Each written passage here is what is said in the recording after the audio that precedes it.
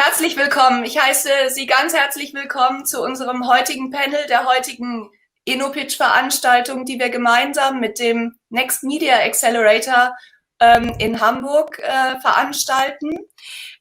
Ich freue mich sehr, dass wir heute ganz besondere Gäste zu Gast haben, und zwar eine Vertreterin aus der Politik, die ehemalige Bundeswirtschaftsministerin, die auch 7 Jahre lang Bundesjustizministerin war.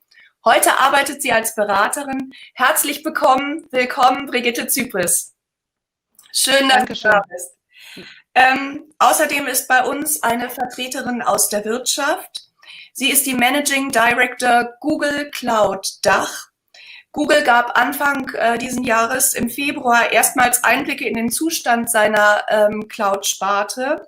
Und zwar erzielte Google 2019 einen Cloud-Umsatz von 8,9 Milliarden US-Dollar. Und das war ein Anstieg von allein 53% im letzten Jahr. Ein ganz herzliches Willkommen, Annette Maier. Dankeschön, ich freue mich, da zu sein. Wir freuen uns auch sehr über Ihre Teilnahme.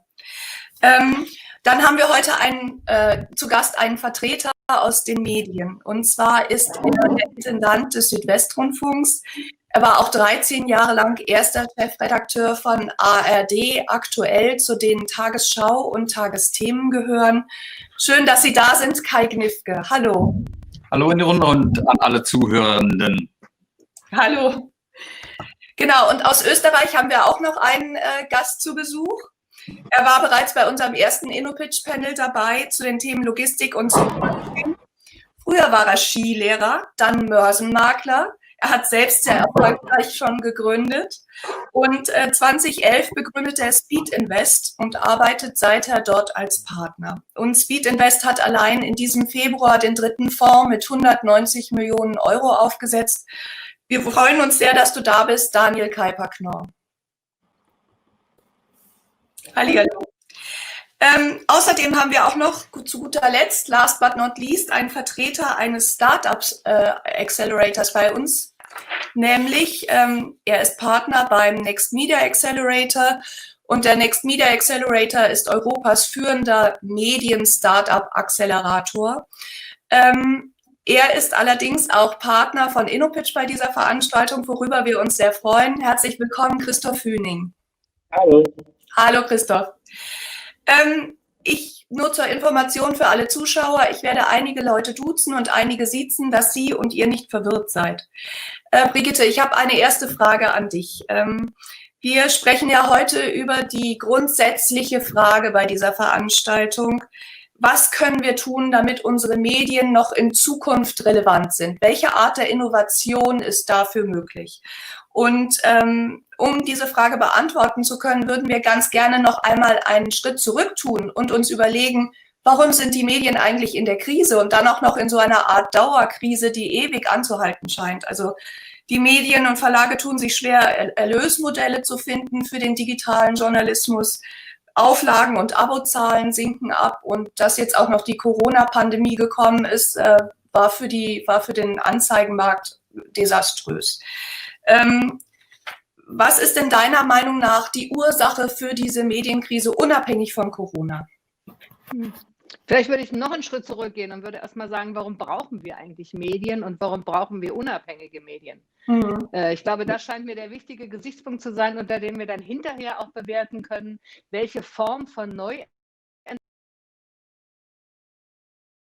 brauchen wir vielleicht, um auch beurteilen zu können, welche Medien wirklich unabhängig berichten, wo Meinung gemacht wird, wo Geschehnisse eingeordnet werden. Also, wir haben eine Demokratie in Deutschland und das Wesen der Demokratie ist die Meinungsfreiheit. Artikel 5 Grundgesetz garantiert die Meinungsfreiheit und garantiert auch eine freie Presse. Und diese freie Presse hat die Aufgabe zu berichten, kritisch zu berichten durchaus, was die Regierung tut. Und dabei sollte sie idealerweise eine Trennung vornehmen zwischen Bericht und Meinung. Früher nannte man das, es gab die Berichte und dann gab es die sogenannten Leitartikel. Und in den Leitartikeln stand dann die Meinung des Redakteurs. Das hat sich schon sehr lange verwischt, muss ich sagen. Und auch wirklich unsere großen überregionalen Zeitungen haben da schon vor vielen Jahren, um nicht zu sagen jetzt Jahrzehnten, diese Praxis aufgegeben. Und man konnte es dann immer nur beurteilen, wenn man sich in einem Gebiet wirklich gut auskannte, was da jetzt klassische Information ist und was die Meinung des Autors war. Da finde ich, da sollten wir wieder uns ehrlich machen, das wäre das Optimale für meine Begriffe, und sagen, wir berichten hier über Fakten und anschließend kommt die Meinung.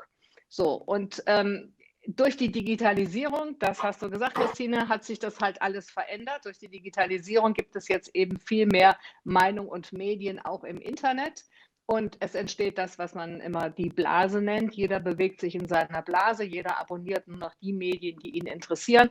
Was mich immer fasziniert hat an diesen überregionalen Tageszeitungen, die ich übrigens auch immer noch abonniert habe als Papierzeitung, ist diese berühmte Seite 3. Man schlägt die Zeitung auf und man weiß nicht, über was man dann an dem Tag informiert wird. Und das sind in aller Regel Themen, mit denen man sich sonst überhaupt gar nicht befasst hätte. Also man wird auch an Themen herangeführt, nach denen man nicht sucht. Normalerweise ist ja jetzt so im Internet, wenn ich mich da informiere, dann gebe ich meine Vorlieben ein und dann kriege ich dazu die Nachrichten und das war's. Und alles andere nehme ich nicht mehr mit. Ich lebe, wie gesagt, in meiner Blase.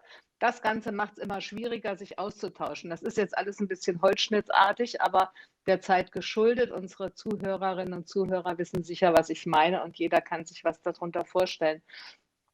Und dazu kommt eben, dass es die Verlagsindustrie nicht gut geschafft hat, rechtzeitig ein Bezahlmodell zu installieren und es für meine Begriffe leider auch heute noch nicht so richtig gut geschafft hat, solche Bezahlmodelle zu installieren, weil wir natürlich heute auch eine andere Herangehensweise haben. Also ich bin eine relativ häufige Twitter-Nutzerin und folge fast allen Zeitungen auf Twitter. Und wenn dann da Artikel angeboten werden, die hinter einer Bezahlschranke sind, dann würde ich gerne 50 Cent oder einen Euro bezahlen, aber ich möchte bitte nicht dann immer dieses ganze Blatt abonnieren und dann nicht wissen, wann muss ich denn das jetzt wieder kündigen, weil ich will das ja gar nicht dauernd lesen, sondern mich interessiert dieser eine Artikel.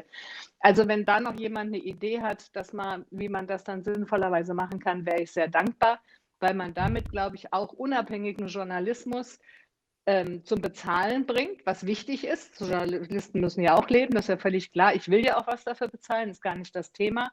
Aber ich will dann nicht immer gleich die ganze Zeitung abonnieren für eine, und da mir so eine eigene Abo-Verwaltung anlegen, weil ich nur was kündigen muss oder nicht. Das ist mir alles viel zu aufwendig. Ja, also ich möchte gerne 2 Punkte herausgreifen, die du angesprochen hast. Wollen wir erstmal mit dem letzten anfangen, diese Diskussion um eine Art Spotify für Journalisten, die schwebt ja schon ein bisschen länger im Raum, dass man die Verlage dahingehend unterstützt, ihre Medienangebote auf einer Plattform übergreifend anzubieten und dass der Abonnent, also wir als User oder Konsumenten, dann die Möglichkeit haben, das zu bekommen, was wir uns eigentlich bestellen. Und jetzt gab es da im Juli auch eine Diskussion drum. Ich glaube, der medienpolitische Sprecher der SPD hatte auch das Angebot gemacht, dass die Regierung ja so eine Plattform initiieren oder mitfinanzieren könne, damit halt auch die kleinen Verlage Chance haben zu partizipieren. Meinst du so etwas? Was auch immer. Also man kann gerne das Ganze auf einer Plattform machen. Es kann auch so sein, dass jede Zeitung das für sich als Bezahlsystem einrichtet. Das ist mir ganz egal. Ich möchte nur gerne, dass unabhängiger Journalismus noch eine Chance hat zu überleben. Und das setzt voraus, dass er auch bezahlt wird. Und dazu brauchen wir vernünftige Bezahlmodelle im Netz. Und was es für mich, finde ich, verdeutlicht, ist, dass zur Digitalisierung der Medien, zur sogenannten digitalen Transformation nicht immer nur die Techniken wichtig sind, also die Technologien, wie eine Plattform beispielsweise, wie digitale Bezahlmodelle, sondern auch die Geisteshaltung, zu der ja auch diese User-Centricity gehört, nämlich das vom Konsumenten und in diesem Fall vom Leser ausgedacht wird. Das wird ja zurzeit bei vielen Abo-Modellen, wenn ich dich richtig verstehe, von dir vermisst.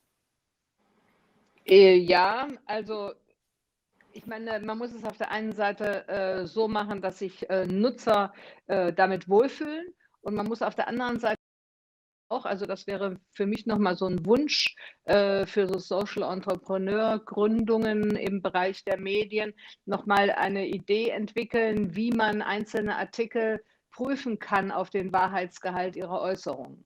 Also das ist ja ein Thema, was wir dauernd haben. dass immer mehr Sachen geschrieben werden, die einfach gar nicht stimmen, und das verselbstständigt sich ja dann immer so. Und man kann es dann vielleicht auch gar nicht mehr nachvollziehen. Und das fände ich schon wichtig, dass man da eine Chance hat zu sagen, was ist wahr, also oder was entspricht verifizierbaren Tatsachen, und was ist eben sogenannte Fake News. Ja. Kai Gniffke, da möchte ich sehr gerne zu Ihnen überleiten. Sie sind ja ein sehr renommierter Journalist. Sie haben den Grimme Online Award gewonnen für Ihre Autorenschaft im Blog der Tagesschau.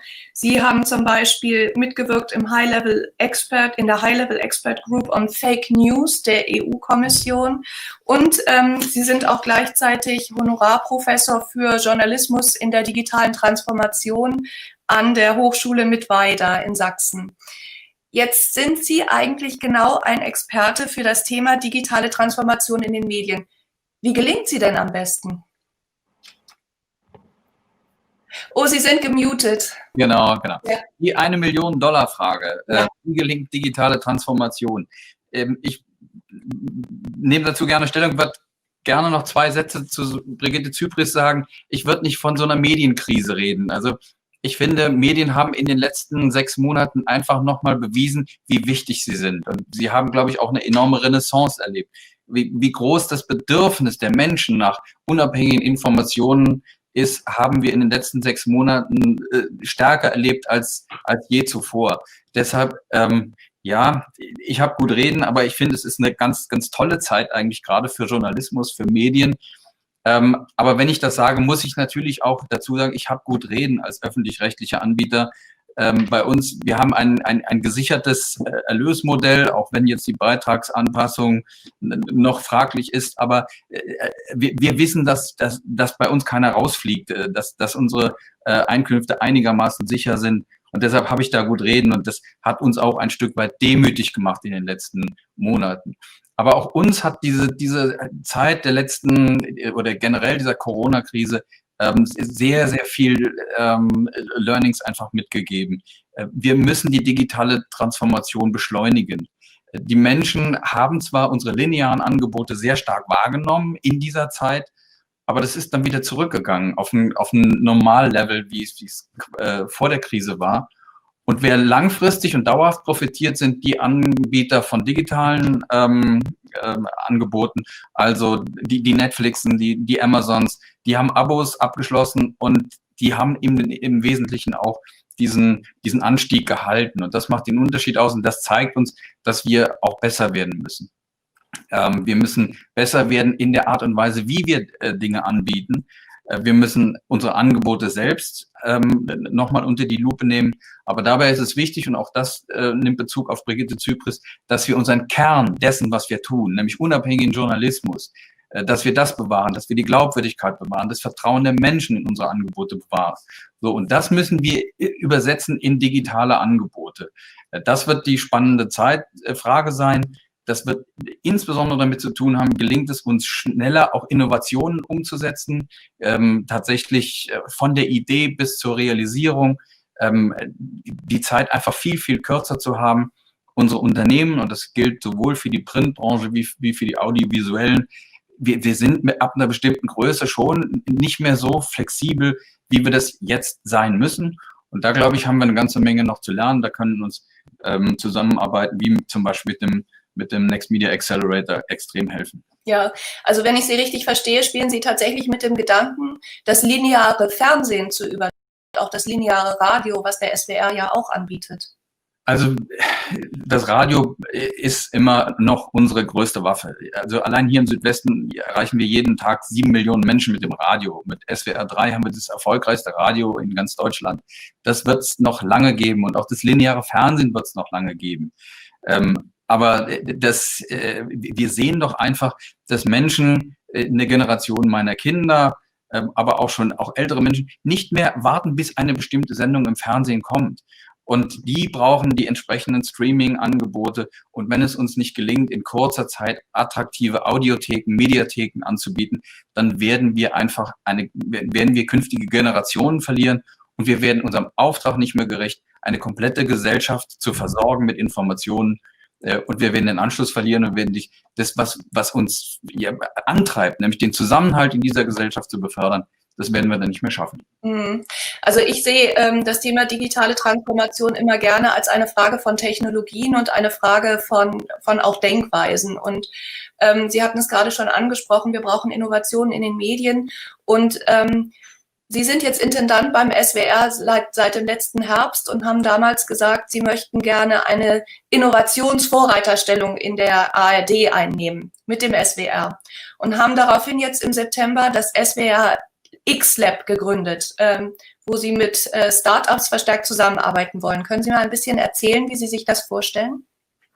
Das X-Lab ist die Brutstätte, wo Ideen ausgebrütet werden können. Das X-Lab, das sind einige Leute mit Vanessa Wormer, die jetzt frisch angefangen hat, an der Spitze einer hochdekorierten Journalistin. Das ist uns wichtig, da wird Journalismus gemacht. Ich glaube, sie hat den Pulitzer-Preis mitgewonnen mit anderen zusammen. Genau, ja. Genau.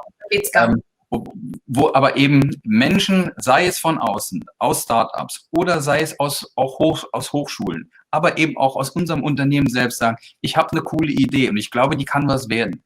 Die kommen dorthin, die bekommen dort alle Unterstützung, die sie brauchen. Die bekommen was zu essen und zu trinken, die bekommen Daten, die bekommen Unterstützung, fachlichen Rat und sie bekommen Zeit. Und das ist das Entscheidende, um so eine Idee dann möglicherweise mal zu einem Piloten zu bringen. Und dann müssen wir natürlich auch nach agilen Methoden auch gucken, können wir so eine Idee dann verbessern, noch besser machen und in Schleifen nochmal optimieren, aber eben irgendwann auch sagen, nee, war ein guter Versuch, wir haben was gelernt, nämlich wir haben gelernt, was nicht funktioniert. Und ich glaube, diesen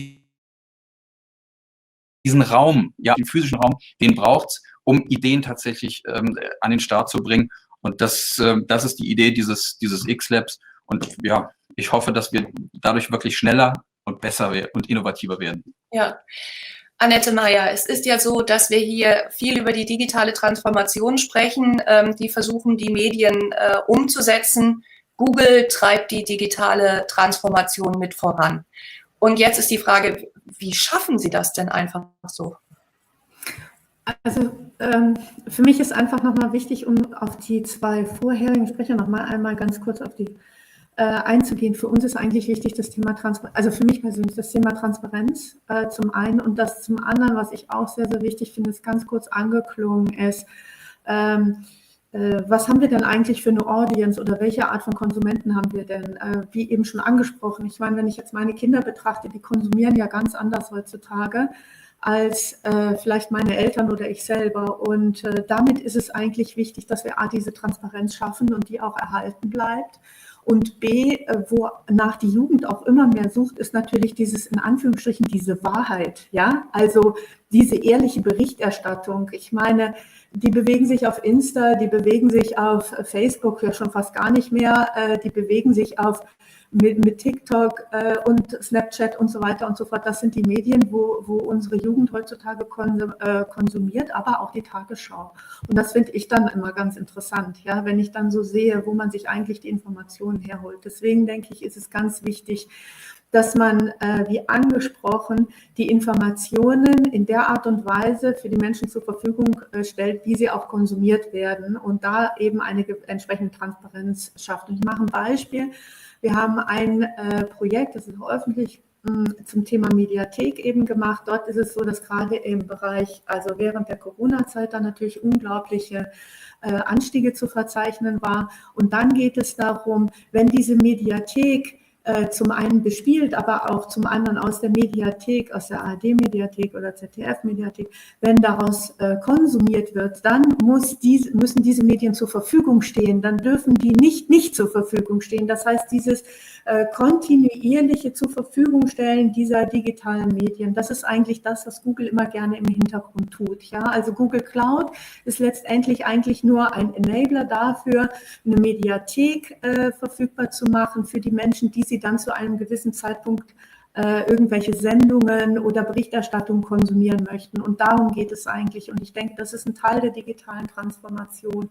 Ein anderes schönes Beispiel ist, wir hatten ja eigentlich immer, sage ich mal, dieses Thema Spotify, das war ja sehr lange so, dass letztendlich diejenigen, die die Musik produziert haben, überhaupt gar keine, das geht auf dieses zahlt auf dieses Bezahlmodell, angesprochen von Frau Zypries, überhaupt gar keine Erlöse mehr hatten. Und dort hat man eben eine Plattform als Layer dazwischen gefunden, um das jetzt eben auch wieder zu ermöglichen. Das heißt, zum einen die Honorare fließen zu lassen, zum anderen aber auch das Bezahlmodell in Richtung Konsument, der dann aber wirklich nur, je nachdem nach Abo, sich aussuchen kann, in welcher Art und Weise, wie er was konsumiert, um dann letztendlich selber entscheiden zu können, welche Informationen oder welche Art von Konsum ich oder was ich auch konsumiere. Und ich denke, das ist das Wichtige und dafür steht Google eigentlich. Also Google Cloud. Ja? Google Cloud ist dafür da,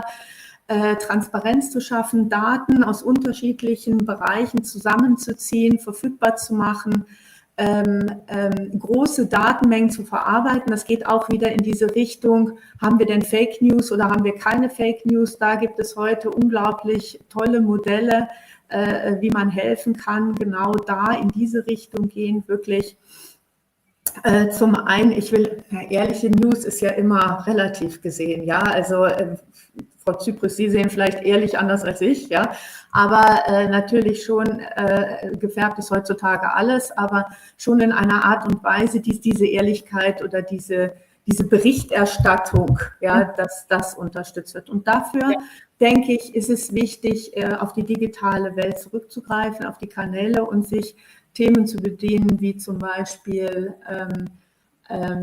Machine Learning, wo Sie einfach entsprechende Themen automatisieren können. Oder wir beschäftigen uns, speziell in meinem Bereich, sehr viel mit dem Thema Artificial Intelligence und wie viel Ethik brauchen wir denn da, weil das ist das nächste Thema, ja. Genau. Wenn ich in die digitale Welt gehe, wie ethisch bin ich denn da noch oder wie unterstütze ich denn genau diese Bereiche, dass ich da eben nicht mit dem, was mir zur Verfügung steht, alles andere, was mir an Werten mal wichtig war, außen vor lasse. Ja, ich weiß, dass Google Cloud Dienste zur Verfügung stellt, wie zum Beispiel Platform as a Service oder Infrastruktur as a Service, um die Dinge zu ermöglichen, die man quasi leisten möchte für seine Kunden. Genau. Aber es ist ja trotzdem so, dass Google das scheinbar, sagen wir, 10, 15 Jahre angegangen hat, bevor die Medien dahin gekommen sind, sich zu überlegen, dass das ja auch sinnvoll oder vielleicht sogar überlebenswichtig für sie wäre.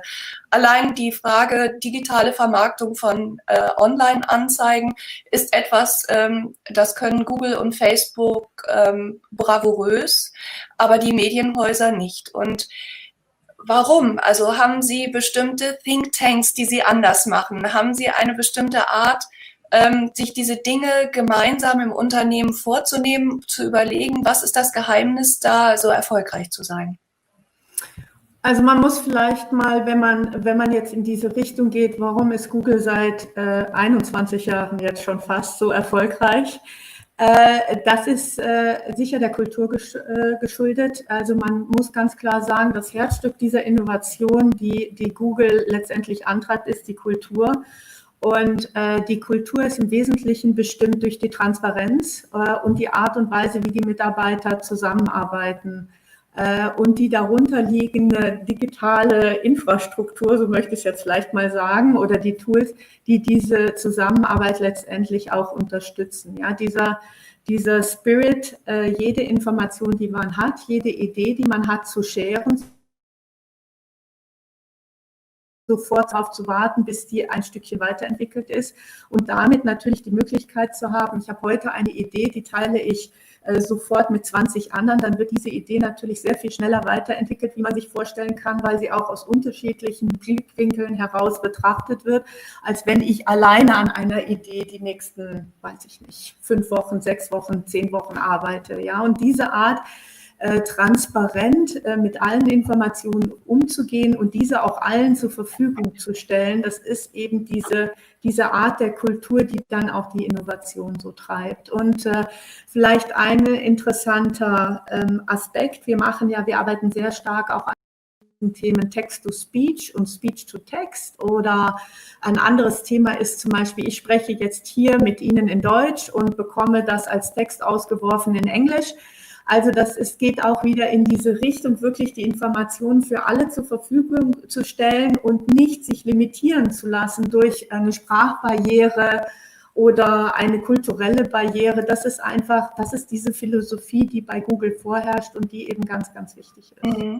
Jetzt hat Google noch etwas anderes, und zwar gibt es eine Art Akademie von Google. Zukunftswerkstatt, ja. Die Zukunftswerkstatt, ganz genau.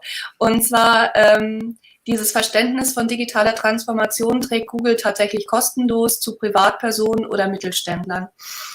Und Frau Zypries, also Brigitte meine ich natürlich, das ist ja etwas, was die kostenlos hast du jetzt nicht ernsthaft gemeint, oder? Doch, tatsächlich. Doch, das ist so. Das ist tatsächlich kostenlos. Naja, komm, jetzt können wir mal darüber philosophieren, wie man in der digitalen Welt Geld verdient. Gut, aber machen wir weiter. Tatsächlich, das stimmt natürlich, das Zertifikat, was man da machen kann, ist kostenfrei. Natürlich wird es von Google angeboten. Wahrscheinlich ist der Hintergrund, dass man danach, wenn man es gelernt hat, einen Google-Dienst nutzt. Aber jetzt ist ja Folgendes. Du hattest damals in deinem Ministerium diese Innovationsstätten für Mittelständler auch eingerichtet. Und jetzt frage ich mich, wie kann es denn sein, dass ein sehr großer Privatkonzern diese Fortbildungen übernimmt, die doch eigentlich auch Sache der Politik sein könnten? Ich weiß nicht, ob ich dich jetzt richtig verstanden habe. Das ist eine Fortbildung für Mittelständler im Bereich digitales Marketing oder was? Nicht nur Nein. Da geht es darum, digitale Kompetenzen zu erwerben. Also ich mache ein Beispiel. Jemand macht sich selbstständig und hat vielleicht einen handwerklichen Beruf, wo ich heute vielleicht noch nicht so viel mit digitalen Themen Tools ist immer so, mich habe beschäftigen müssen, wo ich aber zukünftig, wenn ich mich weiterentwickeln oder weiterbilden will, immer mehr ich mache ein Beispiel, der Schreiner heute geht ohne CNC-Fräse geht da nichts mehr, solche Themen, also das ist auch, da muss ich wirklich auch mal für Google eine Lanze brechen. Das hat jetzt nichts damit zu tun, dass man dann die Tools von Google nutzt, wie zum Beispiel G Suite, als Beispiel jetzt mal, also ein E-Mail-System oder ein YouTube-System oder sowas. Also das ist wirklich nicht, Nee, wir können das abkürzen. Ich meine, Google macht das. Ich gestehe, ich habe davon noch nichts gehört.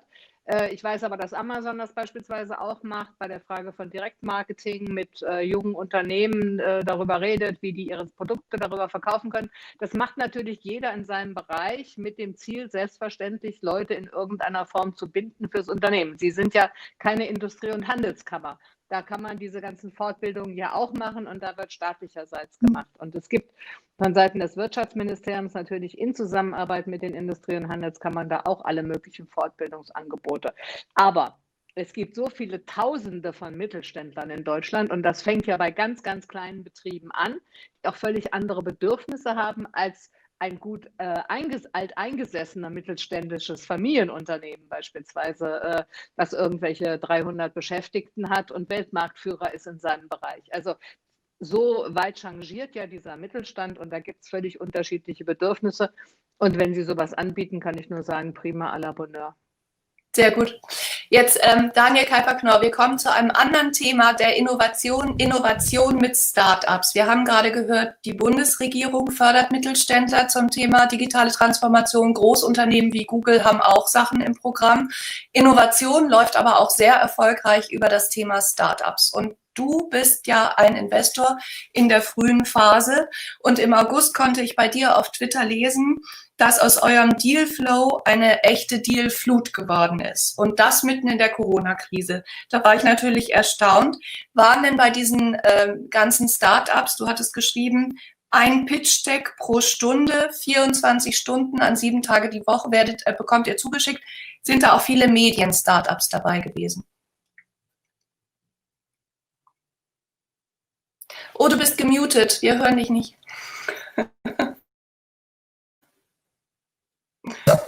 Ein Klassiker. Vielen Dank. In der Tat, es hat sich unser Dealflow, also das, was in unserer Industrie als Dealflow bezeichnet wird, der der Influx von neuen, noch unbekannten Startups und Investitionsgelegenheiten hat sich auf ein Vielfaches des bis dahin bekannten Niveaus erhöht. Wir sehen in der Tat gegenwärtig seit etwa Februar durchschnittlich über 800 jeden Monat. Monat hat 720 Stunden. Ist tatsächlich 24/7 ein Pitch-Deck pro Stunde. Da sind natürlich viele Medien-Startups dabei. Also gerade die bereits von den Vorrednern angesprochenen Themen Text-to-Speech, Speech-to-Text, dass ich es rausbringe. Da schauen wir uns, diesen Bereich schauen wir uns gerade sehr intensiv an. Dann natürlich das ganze Thema der Geschäftsmodell-Neuerfindung für die Medien. Wir haben vorhin diskutiert über Bezahlmodell, Erlösmodell, schwierig. Wie können Medien in der heutigen Zeit oder traditionelle, bestehende Incumbent-Medien in Zeiten wie die digitalen Medien in Echtzeit die Schlagzeilen wegnehmen? Und man nicht bis nächsten Morgen um 7 Uhr warten kann, bis die neue Tageszeitung da ist. Das geht tatsächlich über guten Journalismus und dafür wird auch gezahlt. Ich selber zahle mittlerweile für 4, 5 oder 6, ich weiß es gar nicht mehr genau, verschiedene Medientitel, ein monatliches Digital-Abo. Bezeichnenderweise das erste, wofür ich gezahlt habe, war tatsächlich ein Satiremedium. Weil dort findet man noch ehrliche, unverfälschte Information.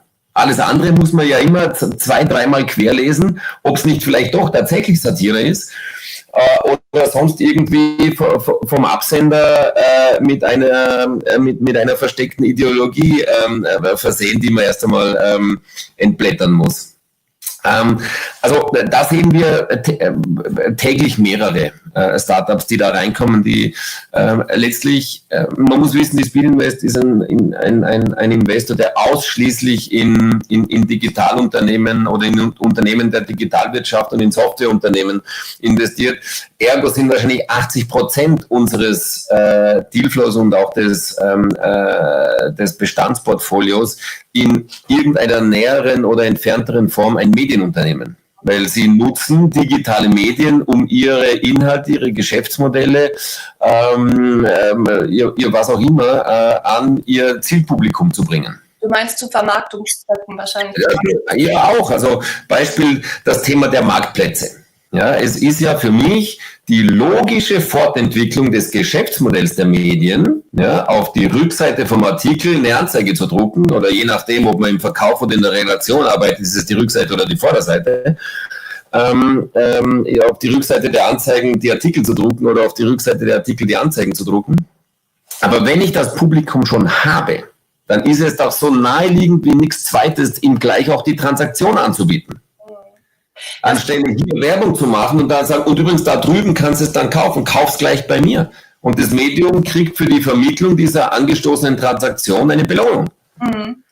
Das heißt, das ist ja eigentlich eine sehr interessante Diskussion, die du gerade durchführst. Wir hatten das ja schon öfter, die Frage, was kann man eigentlich als Journalist machen? Kann man noch unabhängig arbeiten oder soll man den Bezahlmodus, die Vermarktung seiner eigenen Artikel gleich mitdenken? Das heißt, du bist eher jemand, der für das Letztere plädoyiert. Also das sehe ich jetzt also aus der Medien-, Inhalte- und Nachrichtenkonsumentenperspektive. Ich denke sehr wohl, dass man noch unabhängig arbeiten kann. Man muss es sich nur trauen. Und man hatte das Gefühl, es ist noch nie auf der Welt so viel passiert wie jetzt. Ja, noch nie, gerade 2020. Das wird ein Jahr sein, an das sich die gesamte Generation erinnern wird. Jeder weiß, was er am Tag der Proklamation des Lockdowns gerade gemacht hat. Das letzte Mal, dass das passiert ist, das war der 11. September. Ja, das ist bald 20 Jahre her. Ja. Dazwischen war kein ähnlich einschneidendes Ereignis. Sowas passiert nicht oft. Ja? Und in einer Welt, wo permanent viel passiert, wo die technische Ausrüstung weitgehend vorhanden ist, dass man ich sage jetzt mal wahrscheinlich 60, 70, 80% der Weltbevölkerung in quasi Echtzeit über diese Entwicklungen informieren kann. Da muss es möglich sein,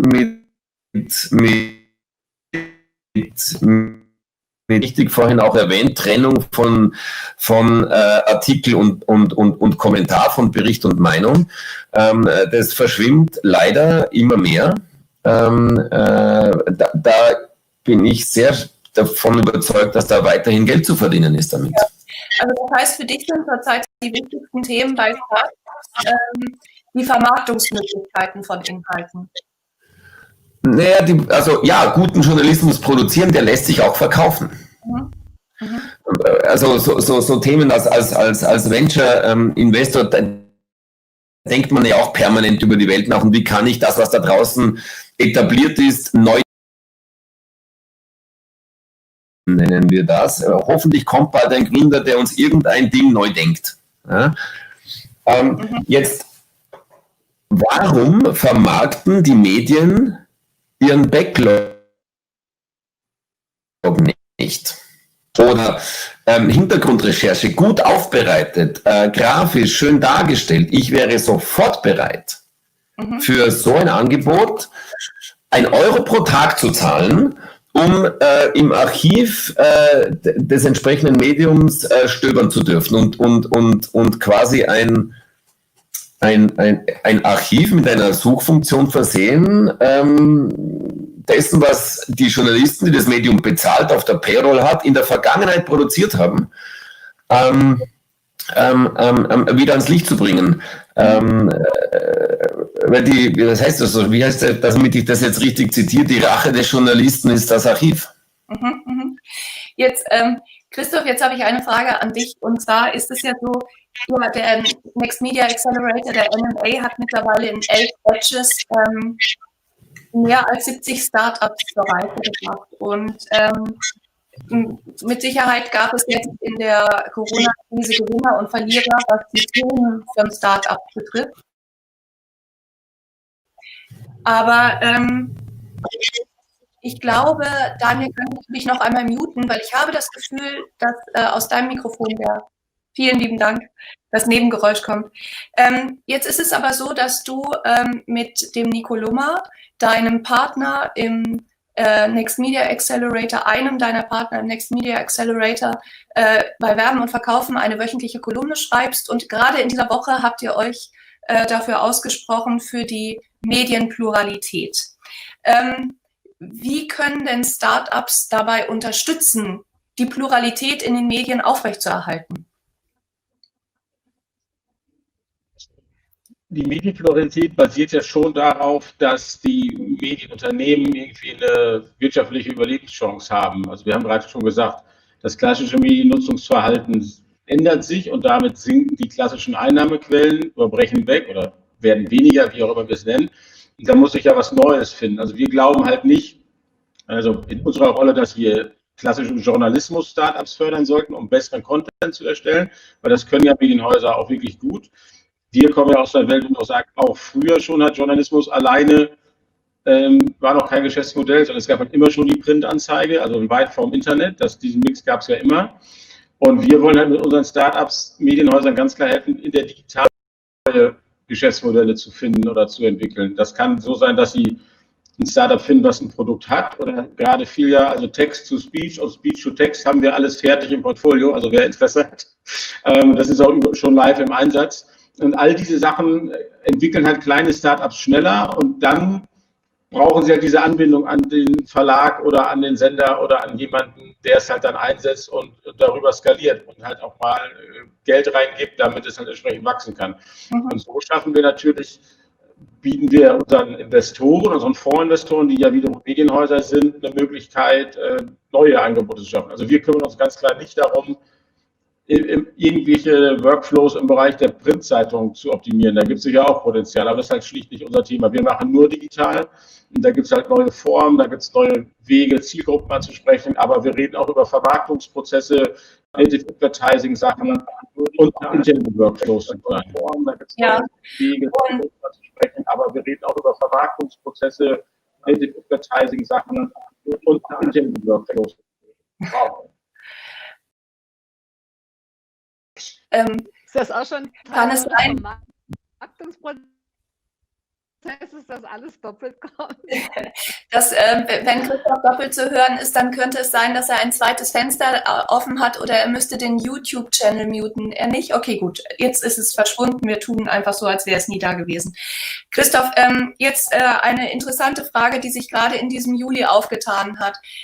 Es gab ja die Diskussion in der Politik zum Thema Zustellpauschale versus digitale Transformation. Und gerade im Juli hat die Bundesregierung gesagt, das, was einmal Zustellpauschale sein sollte, diese 40 Millionen, die in diesem Jahr bereitgestellt werden sollten, werden umgewandelt in 220 Millionen für die digitale Transformation in den Medien. Es soll wohl bereits 40 Millionen in diesem Jahr geben.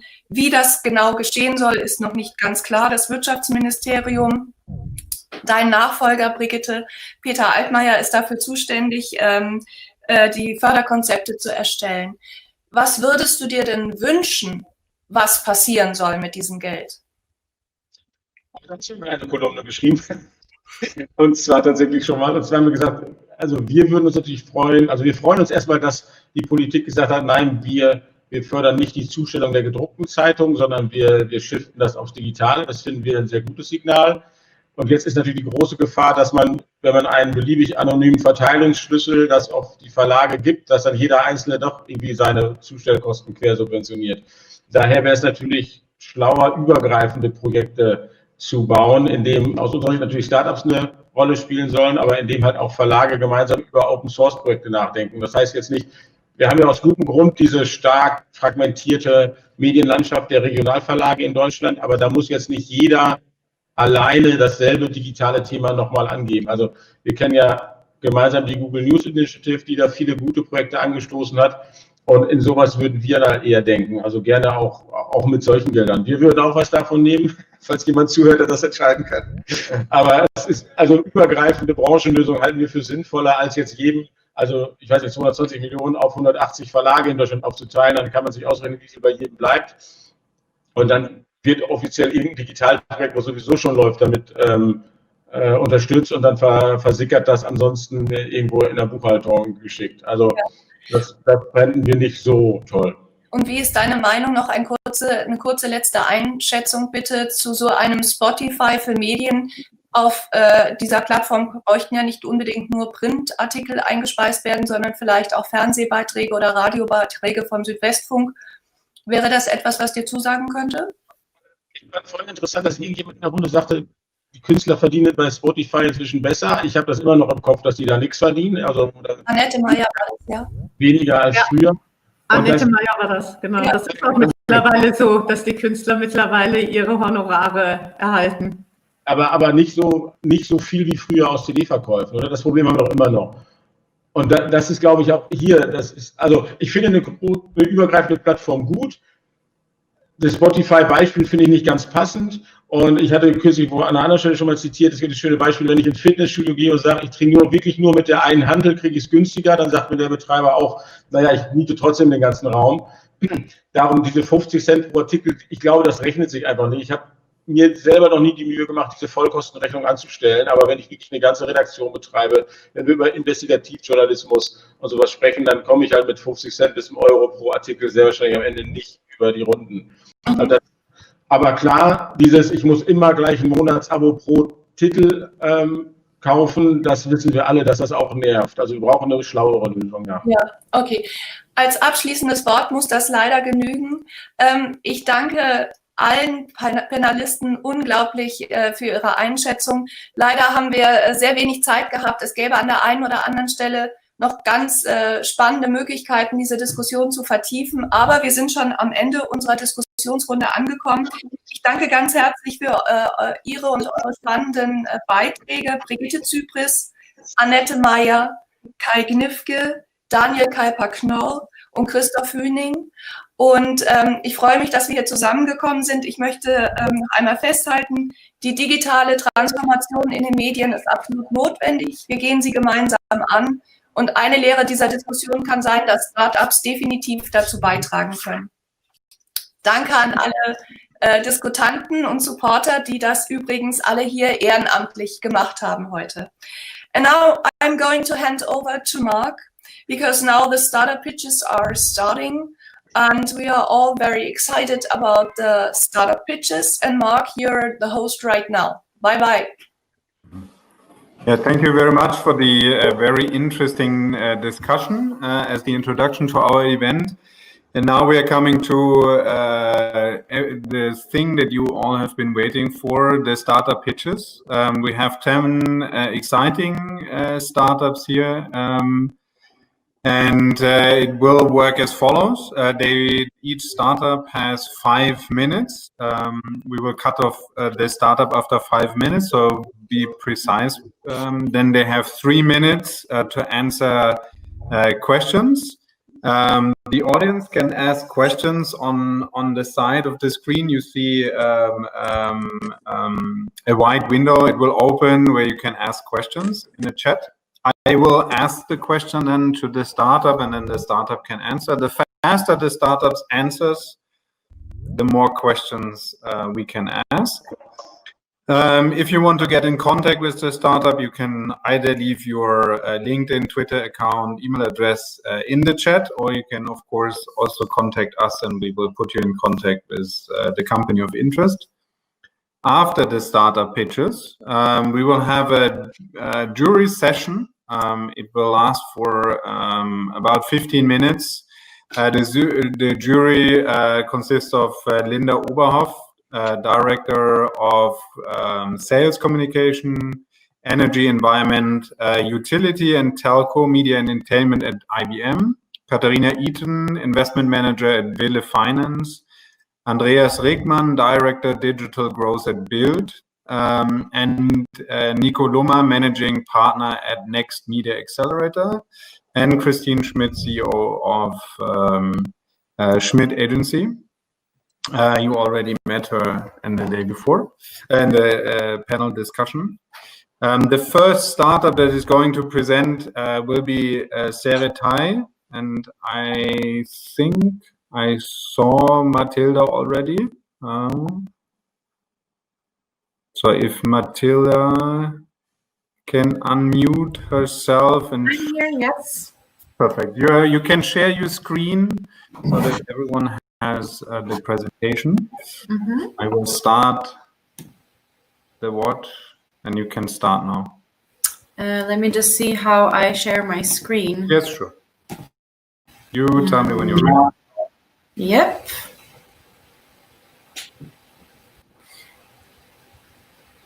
Okay.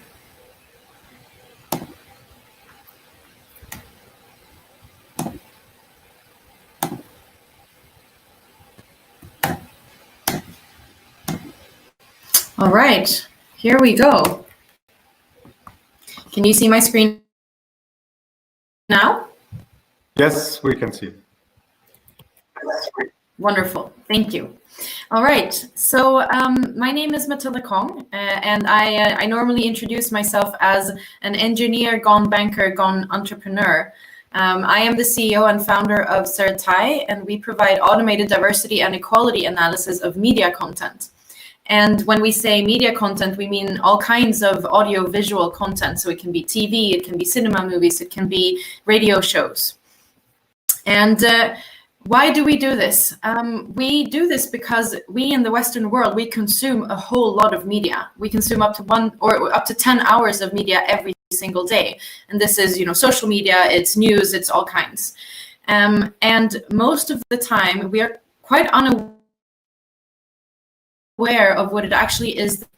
And what we do see is that the media that we consume, of course, affects us, and it makes us get a certain view of the world. I'm now hearing myself in echo. If there's somebody maybe who's not muted. I will continue and see if this echo goes away. Anyways, this is an example of what we are seeing when we consume media. This is a popular TV series. I'm sure you all are all aware of the Game of Thrones series.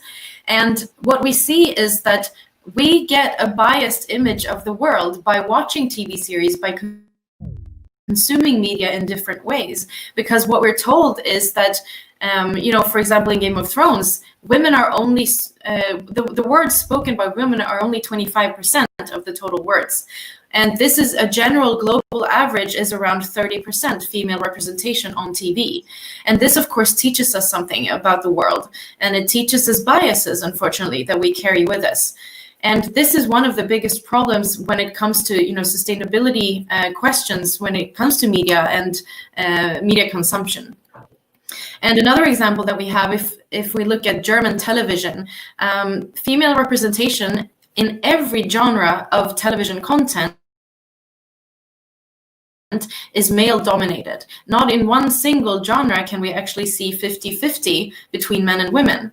And as you can see here, the only genre that is actually somewhat equal is the advertisements that are in between the actual TV programs. All other genres are heavily male dominated. So this is, of course, a problem from a human point of view, but it's also actually a problem from the media industry, for the media industry themselves. And this is because there are three major trends that are, slowly starting to change this and putting pressure on the media industry. And the first one has to do with the audiences. So Generation Z, that are about 10 years younger than I am, they don't accept this anymore. They put pressure on the kind of content they want to consume. The second trend is the regulators, so the international and national regulatory organs that regulate the media industries in the different countries. They also are not accepting this anymore. And then the industry themselves are starting to put peer pressure on each other, and they're also not accepting this anymore. So if we look a little bit more in detail into the audiences, as you can see here is 3 out of the top 10 most important questions in society for Generation Z have to do with equality and inclusion and diversity. And this shows in their consumption. And as they grow older, it will show even more in their consumption, which means that the media industry will have to adapt. And when it comes to the regulators, we see that, for example, CSA is the French regulatory organ for public service TV and radio. And they require all of the French broadcasters to manually count how many women did we have, how many people from different ethnicities and so on, different ages. And people spend a lot of time manually doing this. The European Broadcasting Union are implementing the same kinds of programs now from 2020. They've made decisions to start monitoring this as well. And we have the Beijing Platform for Action, which is a UN initiative signed by 189 member countries. So we have a lot of international movement in this question as well. And within the industry, we have BBC, for example, they started something called the 50-50 initiative, so that they are now also, again, manually counting how many men and women do they have in their TV shows. And at the bottom right there, you can see just a little piece of the enormous amount of feedback and coverage that we got when we published the Game of Thrones results that I just showed you. So there's a whole lot of interest and a lot of things written about this as well. And these three trends work together and make this a really huge thing for the media industry to have to work with. So how can... Unfortunately, I have to interrupt you because 5 minutes are over. Okay. But it was very interesting, and we already received some questions. Okay, wonderful. I'll stop sharing then. Perfect. Well, you're probably used to get cut off wide, I think. So we got a question. Can you also use this in business meetings? So I guess the question is to identify if women or men are talking more in business meetings. Yes, you can. I mean, we can analyze any kind of video or audio recording. So as long as there is a file that we can analyze, then we have a software that can do that, yes. I see. How do you make money? So we have, I didn't have time now to go get to that point, but we have a software that we license to media companies or to any other companies that have content that they want analyzed. So the software allows for media companies to monitor their own content. So they subscribe to this analysis tool. And we also offer customized diversity reports, where we look at a limited scope of content, and we make an executive management report on the diversity and equality of that content. I see. So it leads to the next question. Who is the actual client? The media industry? What is your business model? If the media resists the push of equality, do you lose your potential client? Can you repeat the question from the beginning? So who's your actual client? The media industry? That's question number one, basically. Yes. So media companies. Yeah. Public service mainly, but yeah. Also and commercial. If they don't want to have the change, push for equality, do you lose them, or you don't just get them as a customer? Well, they don't really have a choice because of the three trends that I just talked about. This is coming more and more. And it's comparable to the sustainability movement that was also in the beginning. Not everybody did it, but now everybody has to have some kind of sustainability thinking around their business. So there is a lot of interest. We're not losing people because they don't believe in the cause of diversity. And can you analyze content that is streamed, or is it always file-based? It depends a little bit on the technology, how it is streamed. We have different ways of connecting to, there are different technologies for connecting to databases or streaming services or via URL, for example. So in the end, it has to be a file, but there are different ways of retrieving that file. I see. Last question. Do you think you can change the industry with this? I'm sorry, if we think what? Can you change the industry? Definitely. Yes, we're already a good way ahead to do that. Yes, I definitely think we can. Perfect. Thank you very much. Time is over. So we will head to the next startup, which is Factual. And I think Moritz Beuter will pitch. So you can start sharing your screen. Hello, everyone. Great start the watch. And let me know when you're ready. Sure. All right, I guess you see my screen now? Yes, perfect. I will start 5 minutes now. Oh, 1 sec. Sorry. Yeah. Hi, everyone. Really great to be here today and to present our startup, Factual. And I will start a bit unconventional by presenting a team. So I started Factual together with my co-founder, Abraham, and 4 amazing team members. And in our previous job, we all struggled with the same issue, no matter if it's in consulting or in development, but we struggled to have a structured process of collecting information and finding information to our questions. And that's why we all share the same vision. One day, we want to provide people with the information they need before they even know it. And that's a pretty bold statement. And of course, you can't just build a huge solution and with technology that might not even be existent yet. But we picked out one industry that has an endless demand for information and really is focusing on doing research. And that is, as you might know, media. And meet our friend Andrea here. Andrea is a journalist, and she and her colleagues and also some people in PR, they spend around like 1/3 of their day doing research, and the trend goes more and more towards online research. And we experienced several problems. For example, collecting information is tedious, meaning many journalists go online, open hundreds of tabs, read entire articles to copy one fact with a respective link to make it traceable into their editor, go back, jump between tools. And there is no structured process, which leads to publishing houses losing a lot of money. And we found that problem together with journalists. We then built a solution that, I'm really curious to see what you also think about it. In the first step, we make sure that we collect all the information the journalist regularly goes to, meaning the sources the journalist monitors, such as ministries and also regional sources. On top of that, we build a natural language processing algorithm that automatically extracts the most important facts, quotes, and other information based on the journalists, on a user's search terms. By doing so, we can reduce the search term and the reading time to really just the relevant stuff.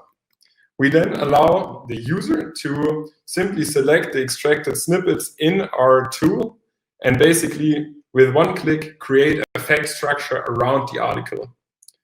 But of course, it's not done with basically a subset of sources. Oftentimes, we also need the help of external sources and the width of Google. And in addition to our search engine, we also provide a browser plugin which allows you to seamlessly integrate information while doing research. And let's now look see how it looks in action. So this is the current recording of our tool. We see here the previous articles we've been researching on, a simple folder structure. And we're now going to create a new article, for example, Corona investment. And by creating it already, we see some search results which are not only headlines, but automatically extracted facts and quotes that we can directly make use of. So we collect the information from our web app and build a structure around our article. On top of that, we can also, while reading and also going to sources, add our own thoughts here and basically build a structure. And as I said, some people were asking, like, you can compete with Google, but of course we won't. For that, we also developed a plugin which works in addition or like synchronous with our tool. And you can see here, you can find the information you collected in our web app and then also add information while doing online research. And every piece is always traceable, meaning always connected to the original source. Also, we have an editor in the browser, meaning we don't need to jump between tools anymore, but we can simply edit our article and then later send it over to the CMS system. Lastly, one more really cool thing I think, in our web app, we can integrate basically every internet source, also dependent a bit on like legality, of course, paywalls and so on. But we can basically customize our search engine. We can integrate other databases, and we also have some partnerships with databases that we're about to integrate to find them all in our tool. By doing so, we have NLP that understands what is really needed, meaning you don't need to read unnecessary things anymore. We have connected sources, reducing the silos, always traceable information, and NLP that pre-processes the search results. By doing so, we can save around 15 hours per journalist per month, depending also on what kind of journalist it is. Thank you very much. Unfortunately, I have to interrupt you here because we have to go into the session. I will immediately start. Do you validate the sources? We only factual is shipped with governmental sources, and on top of that, we just integrate the sources the journalists ask for. Therefore, no validation on our end. Okay. How does your system know that the informations you're using in your research are reliable? Again, we provide primary sources, but then it's up to the journalist to determine whether the source for him is reliable or not, and they can select and deselect it in our tool as well. Okay, and how do you make money, and who is your customer? So our customers are media houses for direct sales, content management systems that integrated. We also have a paid pilot customer running, and also PR. And we come as a classic SaaS model based on licenses. You can start for free, and then it goes up to 15 euro per user per month. Okay. What is your primary market vertical? I don't really understand the question. Then I will hop to the next question. Maybe somebody James can elaborate on this. How do you choose your sources? That will be the next question. So the databases that we're going to integrate are really based on feedback from the journalists, and the internet sources are also played back from the journalists and demanded. And we have a straightforward data pipeline, which makes it really easy to integrate without any effort. Okay. Are competitors out there doing everything automatically, including creating content, integrating media, and linking to other pages and content? It was a bit noisy, but I got the question with the competition. Sorry, can everyone mute? Vasily, can you mute? They are. Das ist ein ordentlicher Arbeitsvertrag mit allem drum und dran. Du hast halt einen sehr einfachen Okay. Yeah, the question, I think from all the research we did, we didn't find a competitor doing it currently. I think with our hybrid approach, we are like one step ahead while also looking into auto generation of content. So I think like complete robo journalism does only work for sports and weather. And we're doing like a hybrid approach where the journalist collects some part of the information and then we generate the content. That is something we have planned for, I would say, in 1 year when the technology is ready. Perfect. Last question. Who is your biggest competitor? So it depends if you focus more on the research side or on the note-taking side. There are some other tools like Feedly, for example, which allow to monitor sources, and there are some note-taking tools like EndNote. Generally, they are really industry agnostic and do not focus on media and journalism. And again, we did not find competitors in that field working with natural language processing for research. We are really happy if anyone has a hint or knows another tool to also get a glimpse or get in touch with them. And generally, all kinds of feedback and testing. So if you're interested, please reach out. Mm-hmm. Thank you very much. Now we are coming to the next startup, which is Contentflow. And Sebastian Serafin will do the pitch. Yeah, thank you very much for having me. I hope you can see the screen. So I'm Sebastian, CEO of Contentflow. What we do is we help with video live streaming, meaning videos on all channels. And as you all know, the Zoom moment since March, COVID-19, like we all spend our time in virtual events, and consumers actually prefer live content. So the problem we solved is this. It's very hard and complicated to organize a professional event with hundreds and thousands of spectators and visitors and have this event on all channels.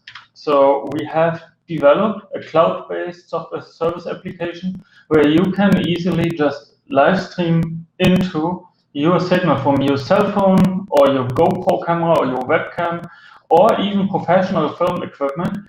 You stream one signal to Contentflow, and then we multi-stream it to YouTube, Facebook, Twitter, also embedded on your website. And we do much more. We add live subtitles to help with inclusion.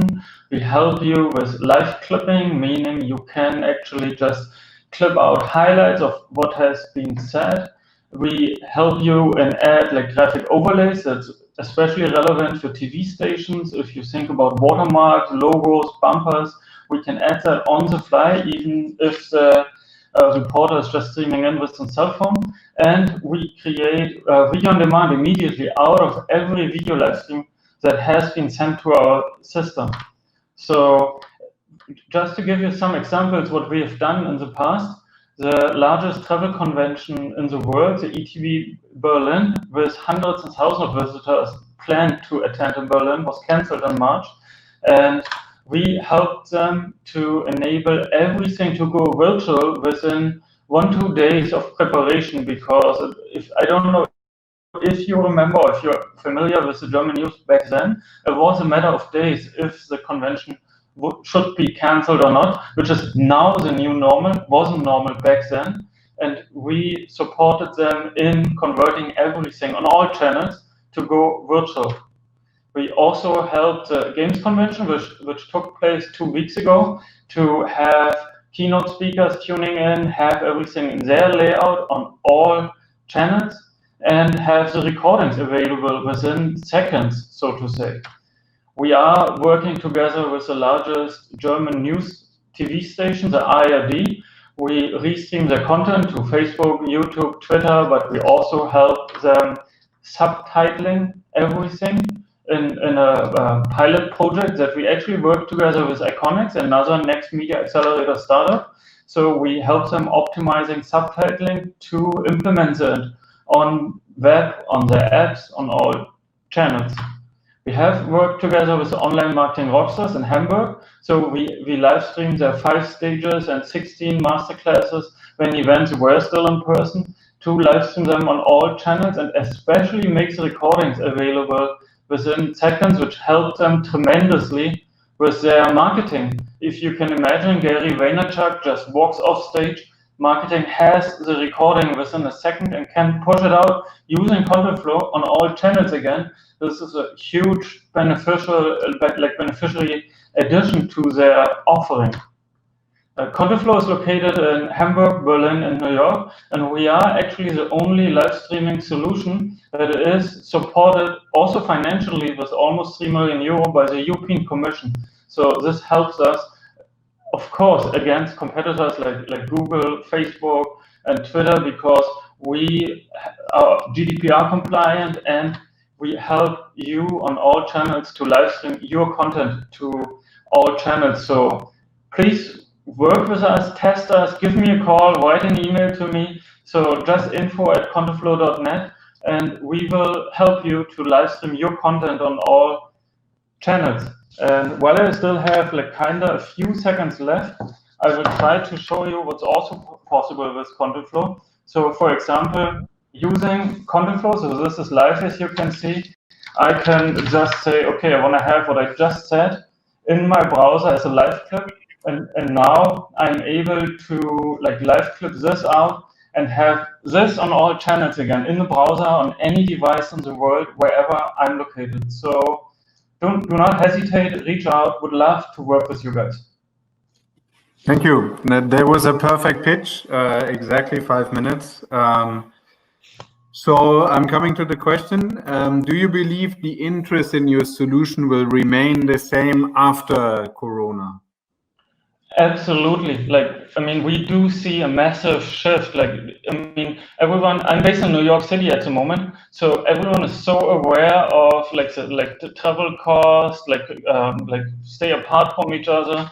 Even if COVID goes away, digital will always stay in addition to real person events, and it would allow for additional monetization streams. You could charge some up fee to have easy recording, easy entrance to all events. So absolutely yes. Okay. How do you deal with different qualities of devices? We actually mux them into a unique file system in Contentflow. So meaning, if I would use this cell phone and you would use your professional webcam, you could just live stream that to Contentflow or use your GoPro, live stream that to us. We convert that into a unified format and restream it then out to all channels. We give you always the highest quality of what reaches us. So meaning, of course, if you send low bandwidth to us, it's the highest quality you get, so we will send low bandwidth back. But the easy answer is send everything to us, it works. Perfect. Do you plan to commercialize this as a SaaS model or pay-per-service model? It is a SaaS model, so you pay a monthly subscription, which is on average more in the range between 2,000 to 5,000 euro per month at the moment, based on your needs. Can you input videos from different devices at the same time? Absolutely, yes. So it's also possible to live switch between them. So we could have an input signal from New York, one from Hamburg, one from Berlin, but all targeted at one Facebook stream or YouTube stream or on your website, and we could switch between them. We are actually doing that for the Reeperbahn Festival next week in Hamburg. They're having more than hundreds of live streams from different locations and different devices, and we will help them to switch immediately between different devices. Okay. Are there options to involve the audience in your live streams? Yes, so we do offer for websites an additional chat interface that you could also have moderated. So on your choice, you could have a non-moderated chat or a moderated chat, which is especially preferred by enterprises. So for example, we work together with Otto, this retail media agency in Hamburg, or Miele, this big manufacturer in Germany, and they are aware of their corporate identity, their brand image, and they want to moderate the audience engagement, but we help them doing that. Okay, how many employees are you now? We're a team of 12 employees, so a relatively small team compared to what we've built here, and our plans for the future are now to add especially a sales force to push this out into the COVID-19 new normal that we live in now. Thank you very much. It was a great pitch, a great session. We are coming now to the next startup, which is Hello Woofy, and Arjun Rai will present. He's here. So I will start the watch, and here off you go. All right, can you guys hear me? Yes, loud and clear. All right, and can you can see my screen? That's great. Hi, everyone. My name is Arjun Rai, founder and CEO of Hello Woofy, which is a data science-driven marketing company designed for underdog marketeers, which we like to call small businesses, many of which are, like people like yourself. Now, for a very long time, small businesses have had to use tools that look like this: very data-starved, very clunky, but they get the job done. You put in content, you tell it when to post it on social media, and it does it for you. But the fact of the matter is, it doesn't make you a better content producer or a better marketer. If you don't have any education in terms of how do you come up with the perfect marketing message, small businesses are left to kind of fend for themselves. Now, when it comes to more robust tools, more enterprise-grade tools, you kind of feel like you need a marketing degree. You need a PhD in marketing to figure out how do you use any of these tools and become a better marketer. But most importantly, a tool like this still doesn't create content for you, doesn't curate content for you, and it'll cost you anywhere from 100,000 to 500,000 US dollars a year in licensing fees. So we knew as founders, as serial entrepreneurs, as agency executives, that we needed a better solution, not just for small businesses overall, but for creatives, so that we could have a visual, data-driven, AI-driven solution, but for the price of a cup of coffee. So our solution is based on three main engines, two of which we filed for patents here in the United States. First is the artificial intelligence, the ability to figure out which emojis, which text, which hashtags, which images will do really well with one another programmatically in seconds of you starting to type. The platform compliance engine, making sure that you're not getting in trouble with the likes of Twitter, for example. Twitter doesn't like similar content or duplicated content. They've basically said they will penalize anyone who doesn't follow their terms of service. We, with our technology, will give you the ability to figure out when is your content too similar and automatically switch out the words, the hashtags, the emojis to something that is different but similar, so that you don't have to worry about it. Predictive linguistics, as you're typing your content, it automatically completes the words and sentences for you. So let's go ahead and take a look. So if you're inside Hello Woofy, what you'll notice is as you start typing, for example, how are you? It's giving me the letters and words to say, this might be what you're saying. Do you mean that? And I can hit tab. I can complete, complete my sentence there. First, we love you guys, and of course, my coffee. Now, based on that, it'll then give me emoji recommendations below that are contextually relevant to what I've typed in so far. Now, the reason why emojis are incredibly important, this is a secret in marketing, is because don't take my word for it, take Adobe's word for it. Emojis tend to drive significant uplift in engagement. They also drive significant uplift in purchase intent. So now that we know this, we know that there are also 3,000 emojis, so we go through hundreds of millions of conversations to figure out which ones are most relevant and may drive up engagement. We also figure out which emojis are trending and popular around the world, so you don't have to make a gut-based decision. You can make a data-driven decision at your fingertips. Now, we're all cavemen. We can find out the right images that based on what you've entered so far. If you're looking for, say, coffee-specific images, these are royalty-free images that you could be sourcing. If you don't have your own editors, if you don't have your own graphic designs, and based on that, it'll give you a corresponding hashtag that may do really well based on what it finds in the image. So again, for a small business owner that doesn't have a lot of time or a lot of money to spend, this is truly, truly successful for them.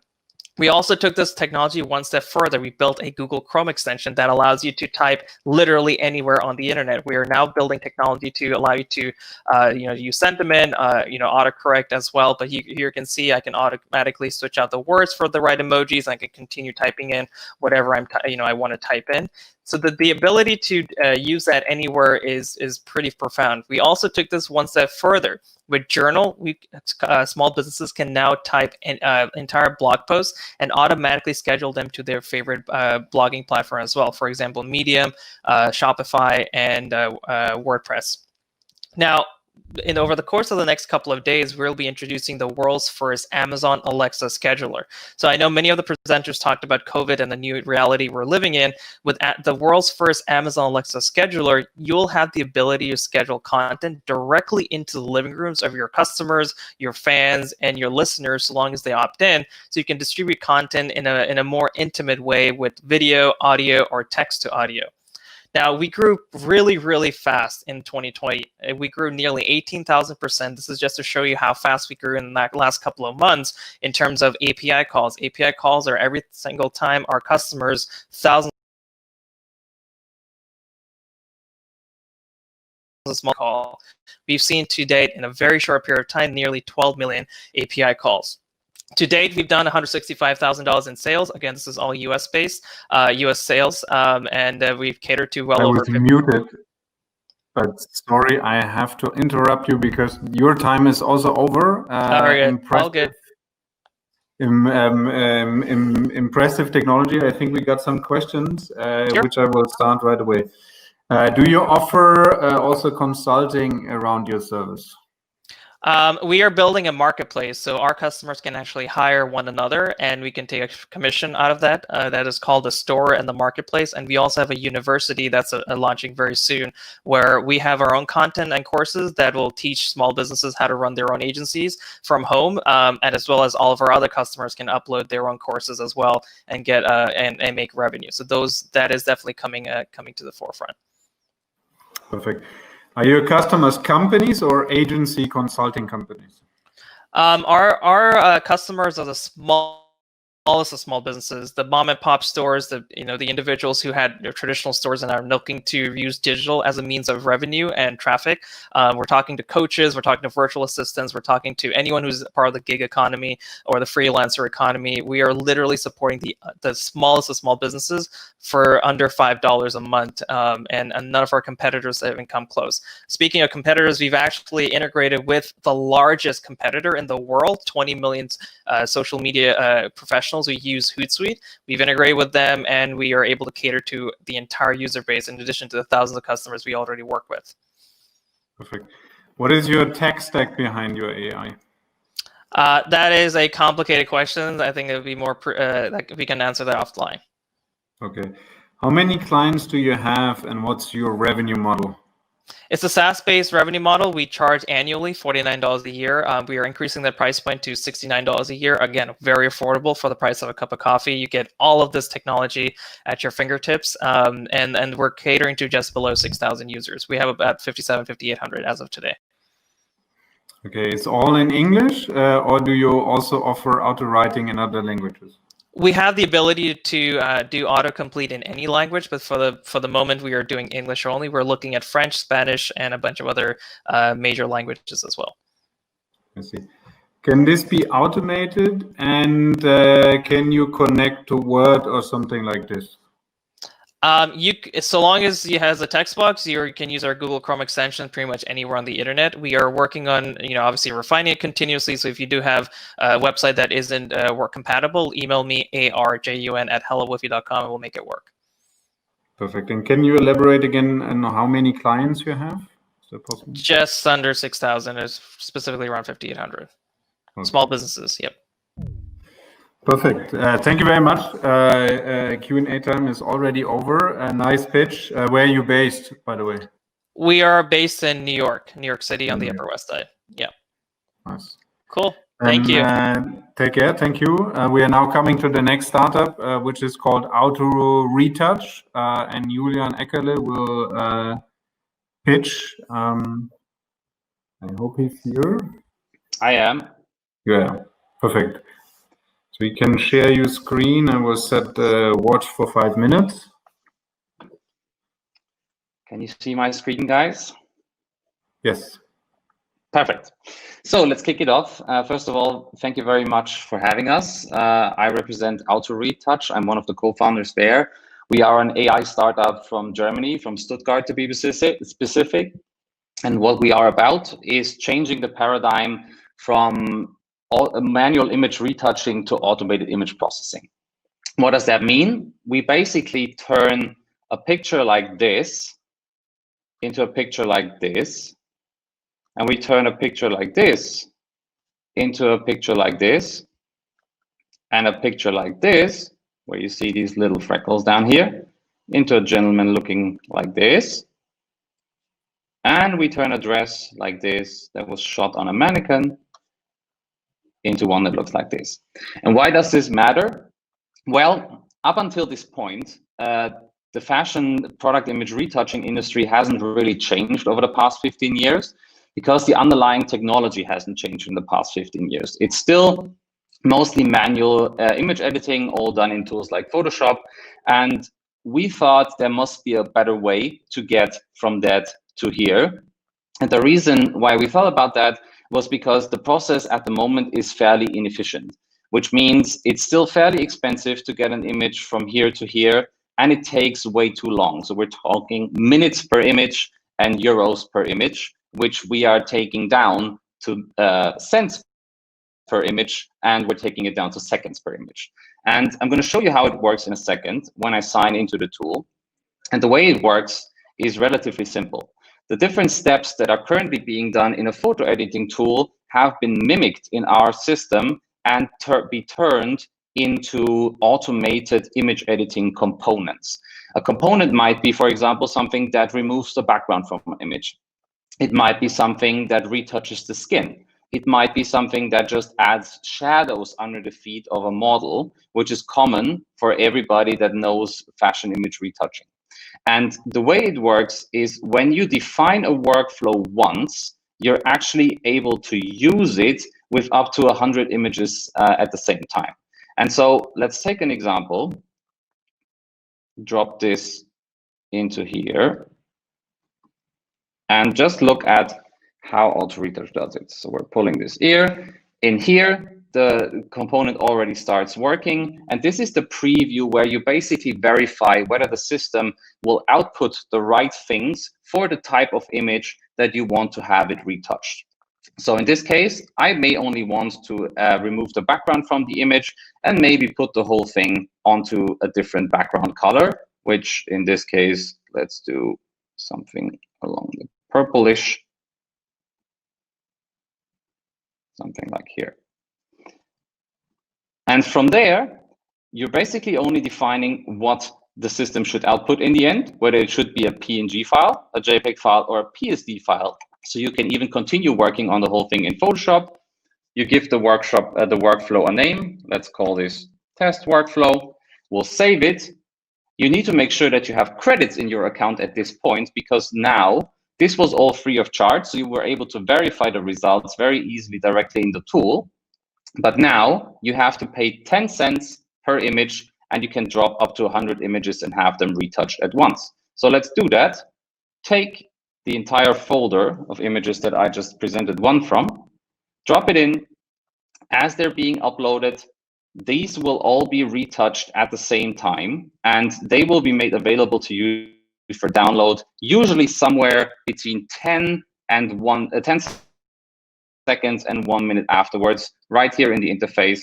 And then you can download them individually or download them in bulk and verify the results that the system presented to you. And as you can see, this is actually quite a hard problem on the computer science side in order to make sure that you get hair like this from a computer that does it automatically for you. And that's what we're very proud about, because we're the first company that does this at scale, that allows you to have multiple image editing steps, follow one after the other in a workflow concept, and process thousands of images at the same time if you want to. But don't take my word for it. Try it yourself. Just create an account at www.autoretouch.com. You can verify your own images with up to 10 for free, and then you need to buy credits. And if you have any questions, email me at julian@autoretouch.com. Thank you very much for your attention. Thank you very much. Right on time. So I will dive in directly into the questions. Does this also work for other industries? So right now, where we're starting the journey is in fashion, and we are expanding over time into different categories. So we will basically be able to handle every kind of e-commerce category, probably within the next 18 months. But right now, it's only fashion.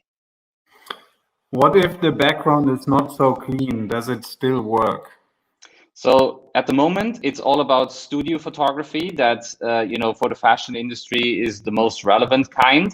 If the background is clean, like an outdoor shot, for example, you may try it, but we recommend to stick to studio shots at the moment. Okay. Were the customers semi-pros, pros, like editorial offices? So it varies. Our main customers are fashion brands and retailers or marketplaces. We're also heavily engaged in technology integration. So CMS system, digital asset management systems, and others are using the software. And then we have a very large crowd of image retouchers out there that use our service in order to provide their service to their customers. Do you already have investors? Yes. Okay. How many customers do you have? So we have about 14,000 user accounts right now, and we have, I think, over 100 paid customers at the moment. Okay. Can this also be done via an API, push it to systems like WordPress or Shopify? Yes, it can. We have an API. The documentation is available on our website.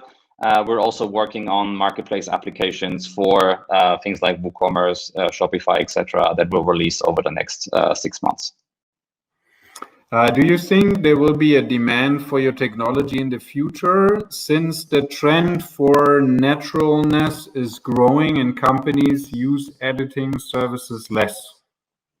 That's a very good question. I think there will always be a portion of editing in any kind of image. Yes, natural shots are preferable and sometimes look very good in a brand's environment, but every brand will need to make that choice for themselves, and we will expand our service to handle different kinds of backgrounds, etc. So that even if you want to keep it as natural as possible and you may just want to make a tiny little adjustment, we'll be there for you. Perfect. Thank you very much. That was the last question. Time is also over. Thank you very much for your time. And we are coming to the next startup, which is APPIX Technologies. And Martin Pasek will present. Great. Thank you very much. Let me share my screen here with you. Perfect. We can see the screen and hear you loud and clear. Okay, perfect. All right. Well, good morning, everybody from Vancouver, Canada. My name is Martin Pasek. I'm the CFO of APPIX. I'm an ex-banker, spent 20 years in Europe, and have been in tech back here in Canada for the last 5 years. I'd like to introduce APPIX Technologies, which has developed an innovative, enabling communications technology. And we do that to smartphones without the use of Wi-Fi, cellular, or mesh networks. And our mission critical technology instantaneously broadcasts and synchronizes information to everyone at the same time, at the same place, whether you're on site or you're at home. So in simplest terms, think of us being able to turn your smartphone into a TV that can receive broadcasts. So obviously it's important for a lot of our media judges here today.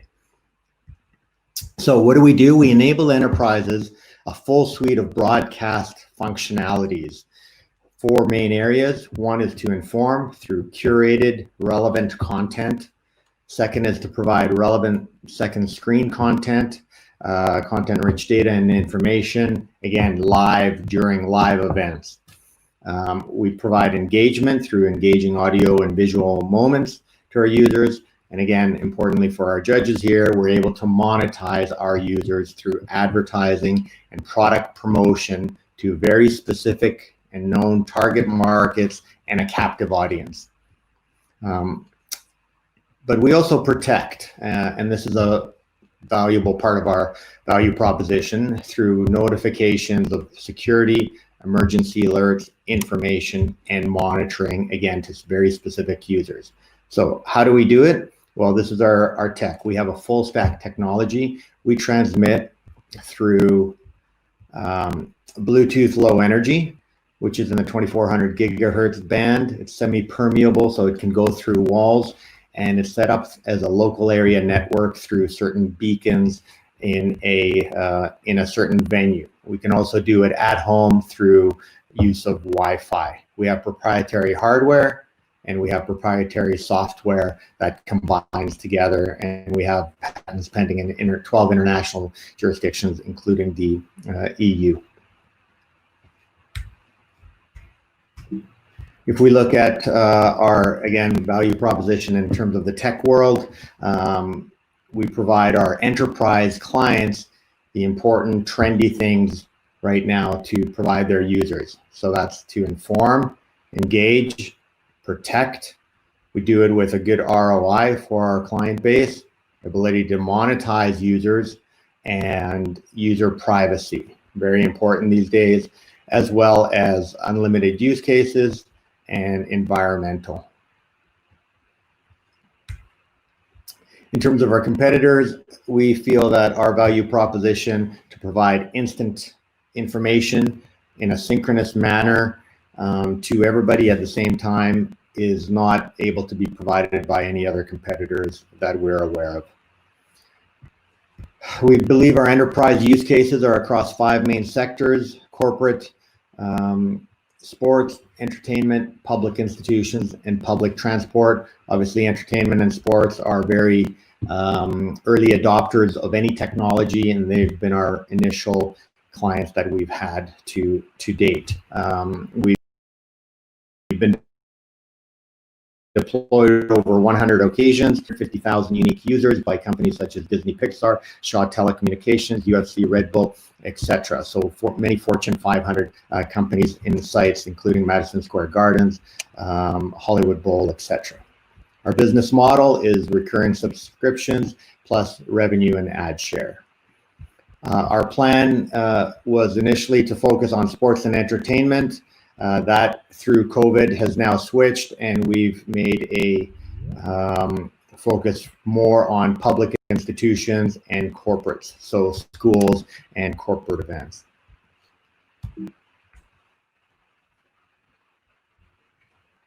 We have a well-seasoned executive team, 45 to 55 years old. We've been in the tech space. We know how to do it.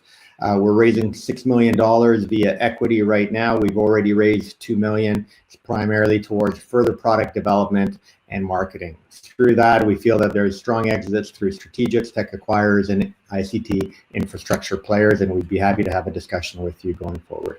Thank you very much. Thank you. Perfect. Right on time also. So I will dive into the questions. How does you make money? How do you make money? So we charge a subscription model, monthly recurring revenue for our clients, ranging anywhere from a few $1,000s a month to $100,000 a month for the licensing of our product. Can users also interact with other users of the service during an event? No, that's one of our value propositions. Is it's a one-way broadcast communication right now. So there's very low friction to use the app. There's no sign up. There's only a one-time ever download, and then it's one-way broadcast communication from the enterprises to the user base. Do you offer hardware? Yes, we do. The hardware comes as part of the price of our services. Okay. Who are your main customers? Main customers then, there again, are the enterprises, and then the enterprises transmit to their end consumers, so their attendees or their employees or the students in a public education, etc. So those are the main ones that we've mentioned. Sports and entertainment, very early adopters. However, they've been shut now during COVID, so we are working with their at-home product offerings through some of the live streaming and other methods that they use to be able to provide our services instead of purely on-site, but also at home. Are you looking for investors, and how many customers do you have? Yes, we're looking for investors. I think I mentioned that. We're looking for up to $6 million to further invest. And in terms of customers, we've been deployed over 100 times, 100 activations that we've had already. Perfect. With your technology, can it be used? Can there be used every type of smartphone? Yes. Perfect. Thank you very much. Thank you. The Q&A session is over. We are now coming to the next with Zaubar. Woofy Panzer will pitch. Let me know when you're ready. You can share your screen and then we can start. Hey, Sophie cannot share a screen. That's why I'm going to pitch. Okay, perfect. No worries. No worries. Cool. But she's in the chat. Cool. Just gonna find her. Ah, yeah, there's a button. All right. Do you see my screen? Yes, we can. I can see your screen. Oh, cool. First of all, my name is Stefan, and thank you very much for the invitation. I'm the co-founder and CEO of Zaubar, and Zaubar makes time travel possible. You might be thinking, that's cool, it's time travel, but what problem is it actually solving? So there are a couple of problems we are solving. First of all, for media houses and publishers, it's very hard these days also to get paid for stories. You know, they are losing a lot of ad revenue and users demanding new modes of interaction and consumption. And also, people activate the ad block. So ads are not coming through. Ad revenue is declining steadily.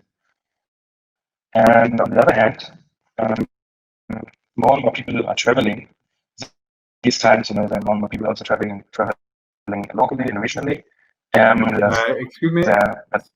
Sorry to interrupt, but the audio quality is relatively poor. Do you have a chance to make your internet faster, or I believe it's the internet? I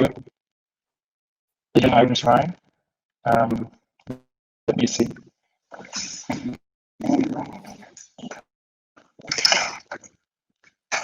Just moved into the new office. That's why it might be better here. Let's try. Let's try. Can you hear me? Yes. So, okay. Problem that we are focusing is that so there are many cities in the world and many tour guides operating these giving city tours, and generally they have a hard time distinguishing themselves. Mostly, the value of a tour, of a city tour, depends on the charisma, the knowledge of the tour guide. And the third issue is that augmented reality is mostly really just a gimmick. So you probably know it from face filters and other gimmicky fun entertainment events. But at best, it's really just used maybe to place a share and decide if you want to buy a share that fits into your house. So we combined all these issues and created time-traveling experiences based on location-based augmented reality.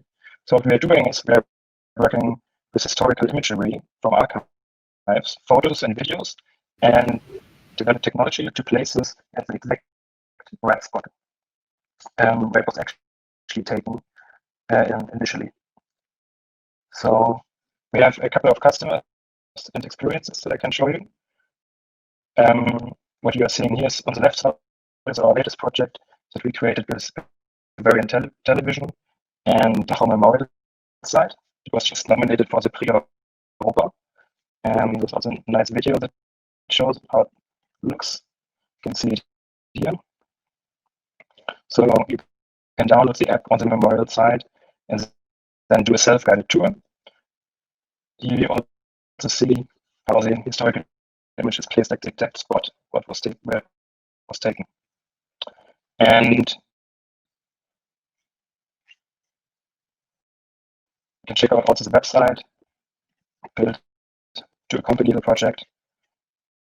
So one of our customers are, of course, enterprises, public institutions like museums, memorial sites that would like to install these kind of self-guided tours. But we are also working with a couple of publishing houses, media houses, such as, for example, a project we did together with Dach, that you can see in the middle here. We also created an app for them. But we will eventually also target tour guides anywhere in the world, starting in Germany, and create tours as a service for them and enable them on their own tours that they already are doing to express themselves via time traveling experiences. One of our unique selling points is that we developed unique technology to be able to create very immersive, authentic experiences simply from historical imagery using machine learning. So what you can see here, for example, that historical images are colorized, the resolution is enhanced, so various things are done to turn them into 3D experiences. Right. I'm up for questions. Okay, thank you very much. Unfortunately, the quality was still a little bit poor, but there were still some questions. Do you already have customers? Yeah, we have customers. Actually got 2 more today. Yeah, around a dozen enterprise customers. Yeah. Okay, are you looking for investors, and what is your MRR? Yep, we are looking for investors, and our MRR is right in the range to be ready to be invested in right now. Okay. The next question, can this be integrated in existing application? Yeah, we are doing that right now. Perfect. And then the question is, can you send your maybe your presentation around and share it with others, as the quality was quite poor? Maybe we can yeah, sure. With the audience. Perfect. Then I suggest, and we are switching over to the next startup, which is BotTalk. Rebecca Barnick will pitch. If she's ready, she can share her screen. I think there's been a confusion. I think I'm going to pitch. No, it doesn't matter. I have to just. It doesn't matter who pitches, but BotTalk is now pitching. Can you see the screen? Yes. Perfect. Can you hear me? Okay. Yes. That's important. Okay, let's start. Hello, I am BotTalk. Yes, I am a robot that can talk. Why do I sound so good? Well, Andrew will tell you all about it. But cut him some slack. His English is not as good as mine. So that was BotTalk, and the problem that we're trying to solve is that the demand for audio is much greater than the supply at the moment.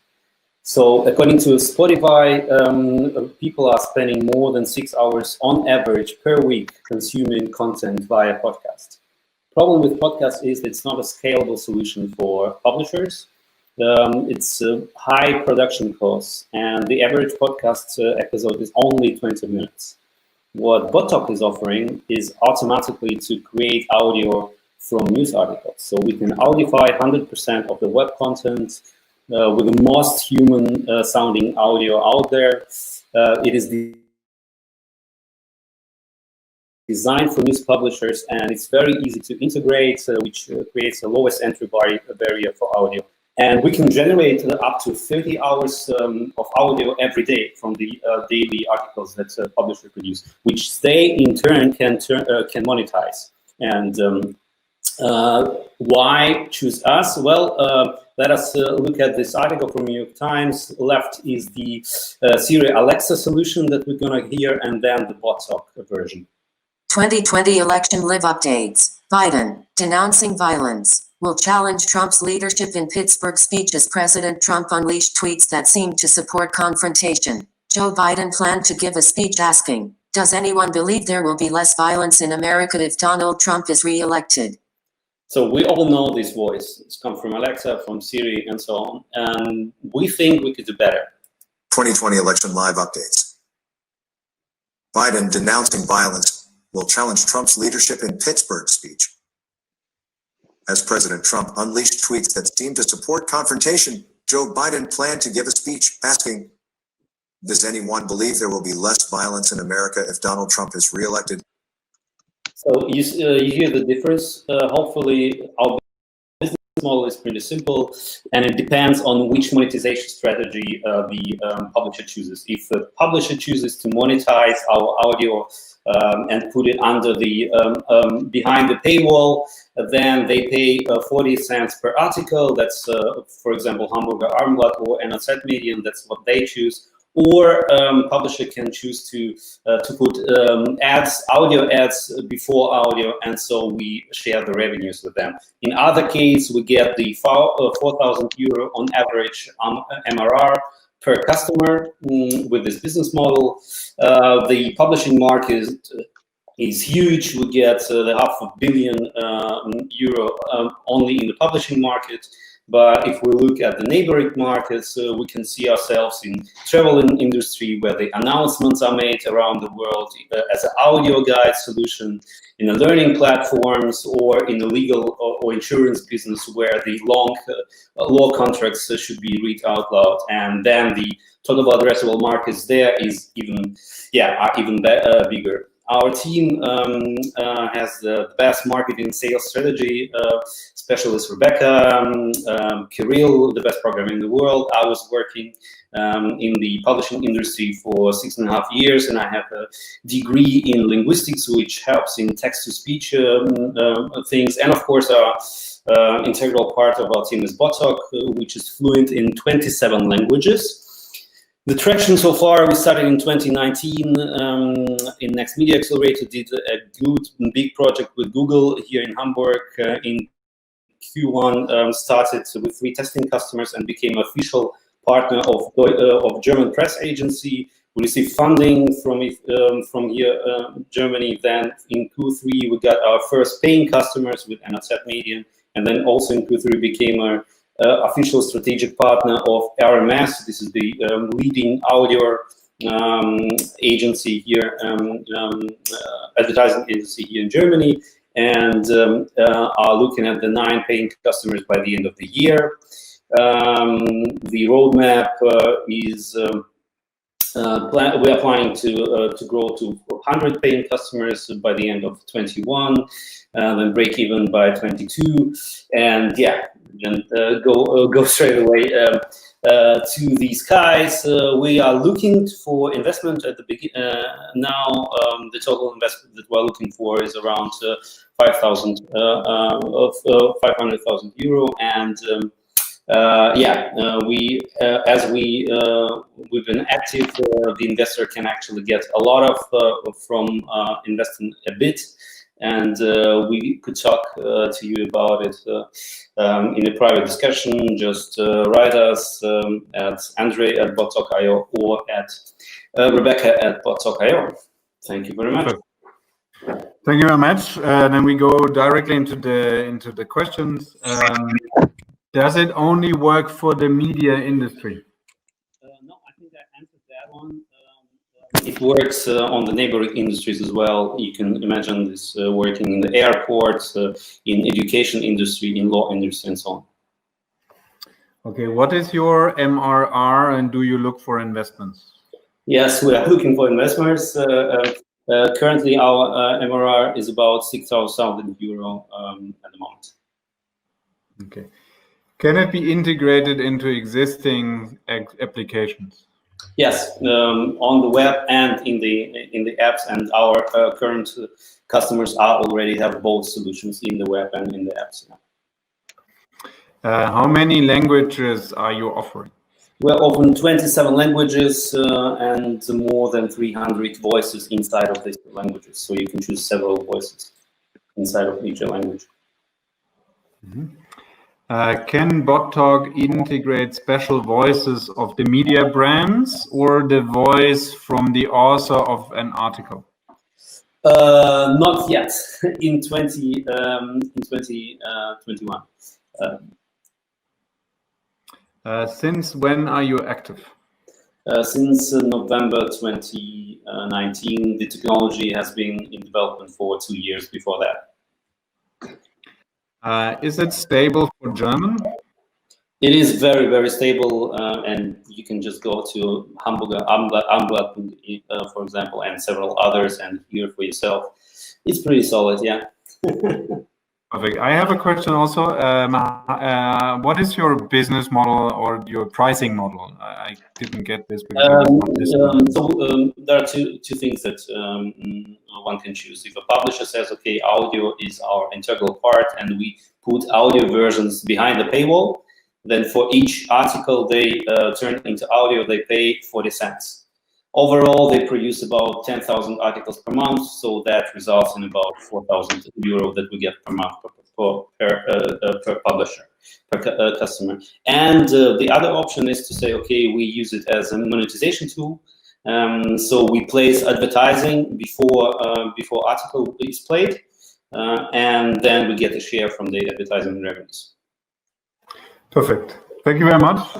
We are now going to the next startup, which is SonoBeacon, and Philipp Henning will do the presentation.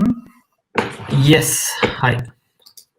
Perfect. We can see you. We can hear you. Now you can share your screen. Yeah, I will share the screen. Perfect. You can see the presentation now? Yes, and we can hear you. Ah, great. Okay. So yeah, hi. You can see it? Okay. Hi, I'm Philipp from SonoBeacon. I'm the CSO of SonoBeacon, and we make sound visible, and our vision is interactive content for everyone. So yeah, we're working in the broadcasting, streaming branch, and we have identified 3 main problems. It's TV ads are one-dimensional. It's broadcasting of content via TV is there is no interaction between the broadcasters or brand and the viewers, and it's the mobile phone used during consuming content. And with our technology, our Sono watermarking technology, we are solving these problems, and of course we're delivering benefits to our customers as well. And I have prepared some use cases and some samples to explain what we are doing with our technology. In the end, you upload your content, your video file, your audio file, your broadcaster or whatever to our platform. Then you can watermark it, and watermarking means you can put a sign into the content which is not heard by the human ear, but which is heard by every smartphone in the world. And during streaming the content or broadcasting it, every customer can enjoy a direct interaction between your content and his smartphone. So for example, you're watching Germany's Next Top Model, and you're using the Pro7 Join app, and you will receive directly the information to the dress the girl is wearing. You can have a discount on it. You can purchase it immediately. Or you're looking at TV advertisement about a new car, and you can receive easily the new, or book a trial on your smartphone, get the information where is the next car dealer, receive more information about the configurations about the car, and so on. Or the last one, it's a live tool. So our technology, it's also possible to do it live, to vote via your smartphone directly into a show or into an event. Yeah, one more example, it's in the music video, so watching music videos and getting directly product placements. We create a new revenue stream for artists and for broadcasters as well. How our technology is working, we have a cloud platform, it's called SonoBeacon Net. We offer an API which can be integrated in every capable app. And yeah, how I explained, you will upload the content to our platform. There you can watermark it, and then you can download the watermark file. distribute it, and afterwards you can have the data analytics and reportings about measuring your content. Yeah, some words about our team. We are 10 people in our company. We have offices in Hamburg and in Schwerin, in the north of Germany. We are 3 people in the management. It's Thoralf, it's our CEO and founder. It's Michael, our CTO, and me. And yeah, this is my last sentence. It's micro-localization and automatic approach. It's the future of the mobile commerce and mobile lifestyle. Perfect. Cool. Thank you very much for your presentation. We do have some questions. First question. Impressive. Do you look for investors, and what is your MRR? Yes, we're looking for investors. We have our next investment round in preparation now, and our MRR for this concept is €0 at the moment. So we are in the lead stage. We got some good leads and a good pipeline, but we don't have any active MRR with that. So do you have any MRR? Or Yes, we have a so our company, if please go to our website, we're doing several use cases with our technology, so we have existing MRRs. Is your technology fully developed in the house, or you also use some third-party services? Yeah, we have developed the technology together with the Fraunhofer Institute that helps us with some GDPR questions as well. And but we have the rights in the SonoBeacon GmbH. Okay. Can it be used with other hardware or only with TVs? No, it can be used by every speaker in the world. In the end, our technology can be used on every speaker as the sender, and the receiver, it's every smartphone or every smart device with a microphone. Okay. How do you make money, business model? The business model at the entertainment industry, it's pay per lead or pay per sale. Do you have customers? We don't have active customers with the in the entertainment industry, but we have active customers with our home turf, like the retail or museum industries. Okay. What industries do you have, or do you offer also hardware? Yeah. So we have 6 core industries. It's retail, it's museums, industry, the toy industry, and hospitality. Perfect. Thank you very much. That was the last question. We are now coming to the for today to the last startup before we go into the jury session. And the last startup is MoneyVerbs, and Isaiah Goodman will present. I hope you can also share your screen and we can hear you. Yes, indeed. Can everybody hear me? Yes, perfect. Awesome. We can see the screen and we can hear you. Fantastic. Well, hey, everybody. My name is Isaiah Goodman. I'm actually out in Minneapolis, Minnesota. My wife is from Berlin, and so I just love being a part of this. So thank you all. Our app is called MoneyVerbs. What we focus on is helping people get better at money. We know that here in America that 87% of people surveyed are happiest when their finances are in order. Doesn't mean that they're rich. It just means I got a handle on it. But only about 16% of schools teach anything about money. I know it's way better overseas, so we're starting here in Minneapolis to see what we can do. But our Gen Z population, they're stressed about money almost always. Less than a third of them feel ready to manage their money, and over half have no idea what to do to even start to save. Here in the US, it's awful with student loan debt, getting close to $2 trillion. and on the rise now, especially after COVID. Unfortunately, most financial literacy courses are just boring. When you say financial literacy, it feels like it's reading a book. It's overwhelming because there's so much jargon and knowledge, and it's even unofficial because, even if you read a book about financial literacy, there's nothing to do afterwards. And what we found too is it's very irrelevant. When people sort of finish a financial class, they know how to do a will or an estate plan, but they still don't know how to do a budget when they're starting their financial, professional career. Unfortunately, about 1 out of every 6 people that you meet is stressed with money on a regular basis.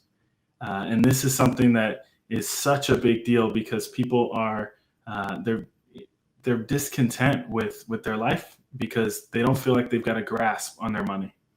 Now, what I found is really, really interesting. I've been a financial planner for about 9 years. Young people don't practice money. We practice sports and instruments, and we look at these other skills that we think will make us rich and famous, but we don't actually practice the skill of money. So I want you to meet MoneyVerbs. It's a platform that is specifically focused on how do we change behaviors? How do we build skills and help people develop their financial background and financial confidence. Growing up, there's a game called Oregon Trail, and I absolutely loved it. It was this path game where you would try to get from one side of the U.S. to the other side, people going for gold, and they would chase down this place called Oregon. And what would happen is inevitably you would die, and you'd have to try over and over and over again. But eventually you'd find the right path. And that's what we found for MoneyVerbs, is it's a place where you can try over and over again, but without real money. And so it's mobile focused. We want people to be able to have immersive action videos, simulations, courses, really meet people where they're at so that they can learn about and practice the skills needed to get better at their money habits and money behaviors. Something that was really important, we incorporated as a public benefit corporation because we found we could actually impact the world with some UN Sustainable Development Goals. People will have increased savings, better credit. They'll be able to have increased home ownership and improved health outcomes. So we really, really see a big impact for what we're doing. Of course, not just in the US, but in the world. We're starting here in the US in Minneapolis. We see a huge growth opportunity because with Gen Z, it's actually going to be the largest target market. So starting here in just Minneapolis and then growing to the US and then abroad. Our competition is few and far between in our space. It's kind of a blue ocean strategy because there's a lot of books and things that are very generic. There's some famous personalities like Dave Ramsey and Susie Orman here in the US. But again, it's very one size fits all. And what we found is we can have something that's very interactive, very personalized, but also relatively inexpensive. I think it's quite a unique story here to be from Minneapolis, Minnesota in 2020 as a minority who's founded a company where you can learn about money from home. Like, it's just crazy how all those things have kind of come together. So in the last year, we actually just celebrated our 1-year incorporation. And I kind of put an asterisk by it because with COVID, it feels more like 6 months. But we've got about 1,600 users on the platform. And we have not earned any revenue yet because it's still in its freemium stage. And so that's what we're here for. We're looking to pitch and grow and learn to be able to start to get some revenue. We're going to have some subscription models. We're going to do a big pre-order campaign going into 2021 and really start to generate revenue. But for now, we're looking for convertible notes. So some investors that can help us with debt equity or debt raise and then convert it to equity.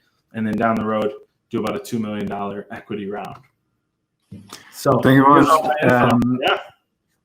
I see it's your last slide anyway. So thanks for pitching. We do have some questions, which I would like to ask. Can users actually use your app to save money? Not yet. That is something that's important to us. What we found from our research was that people wanted to know what to do, like the actual jargon and information of what does this all mean. And then once they felt confident, then in the future, we'll be able to do things like actually saving or banking or investing. For what ages is your application? We're targeting 16 to 25 right now because they have the greatest opportunity to have a positive impact. But eventually, we do want it to be for anybody and everybody. We just know most of our marketing will go towards the younger generation. Perfect. Is it also available in German? It actually is not available in the German language yet. We have seen some downloads across the world, which has been really, really fun. But that's something that's very, very important to me. We want to release this in other languages, in other dollars. So like I said, my wife being from Berlin, we visited a few times. And it's always impressive to me to see how they manage their money and currency over there. Who created the content, and is it what are those? I didn't hear the last part, but what I think you were asking is who created the content. So I'm what's called a registered investment advisor. I've created over 240 lessons around money. And what was important is that they're all bite-sized. So they're really small, 5-8 minutes, so that people don't feel overwhelmed and they can kind of complete them at their leisure. Perfect. Do you offer APIs? We will have APIs. Actually, we have a call with Salesforce this afternoon to talk about connecting everything so that when we do our big pre-order campaign, we'll be able to make sure all those systems talk. Perfect. Is MoneyVerbs more like a community where users can interact with each other, or more an app where people get articles, videos, etc. about money? Both. It's both. Yep. And down the road, we'll have more things like lessons, simulations, and case studies. Perfect. Did I get it right? Is it personalized? It is. So what's really great, we did a lot of user research. Instead of saying, hey, you can have all of these courses today, we have users on board, and then we have them focus with what's most important to them. We found that people want budgeting and saving, credit, and then investing as usually their top three. So you can focus on those rather than learning about retirement or estate planning if you're 20 years old. Perfect. Thank you very much. We say hello to your wife from Berlin, from Hamburg to Berlin to Minnesota. I love it. Thank you very much for the great pitches today. That was the last pitch, MoneyVerbs. Thank you for the audience for asking all the questions. We are now heading over to the jury session. I'm asking everyone to mute except the jury that, of course, needs to talk. And we are now also opening the link for the voting for the jury. So it should be available in the next second. Thank you very much. I'm giving over to Christine. Now the jury session starts, and I'm very happy to welcome the jury members, and I'm sure I see everybody on the screen. So I'm very happy to introduce Linda Oberhoff, Director of Sales, Communication, Energy, Environment, Utilities and Telco, Media and Entertainment at IBM. Then I'm very happy to introduce Katharina Eaton. She's Investment Manager at Wille Finance. Wille Finance is a family office in Switzerland and is investing in digital media, but also in real estate. And then I'm happy to say hello to Andreas Riekmann. Is he there? Oh yeah, there. Hey, Andreas. He's the Director Digital Growth at Newspaper Bild. Hello, Nico Lummer. Last but not least, Nico is Managing Partner at the Next Media Accelerator. And as I said before, the Next Media Accelerator is our partner at this Innopitch event. We're very happy about this. At the beginning of this session, I have really great news to share because I can announce that of today we can award a prize for the winning startup.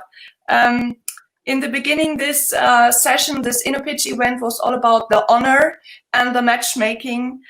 We founded Innopitch to connect startups with corporates and VCs.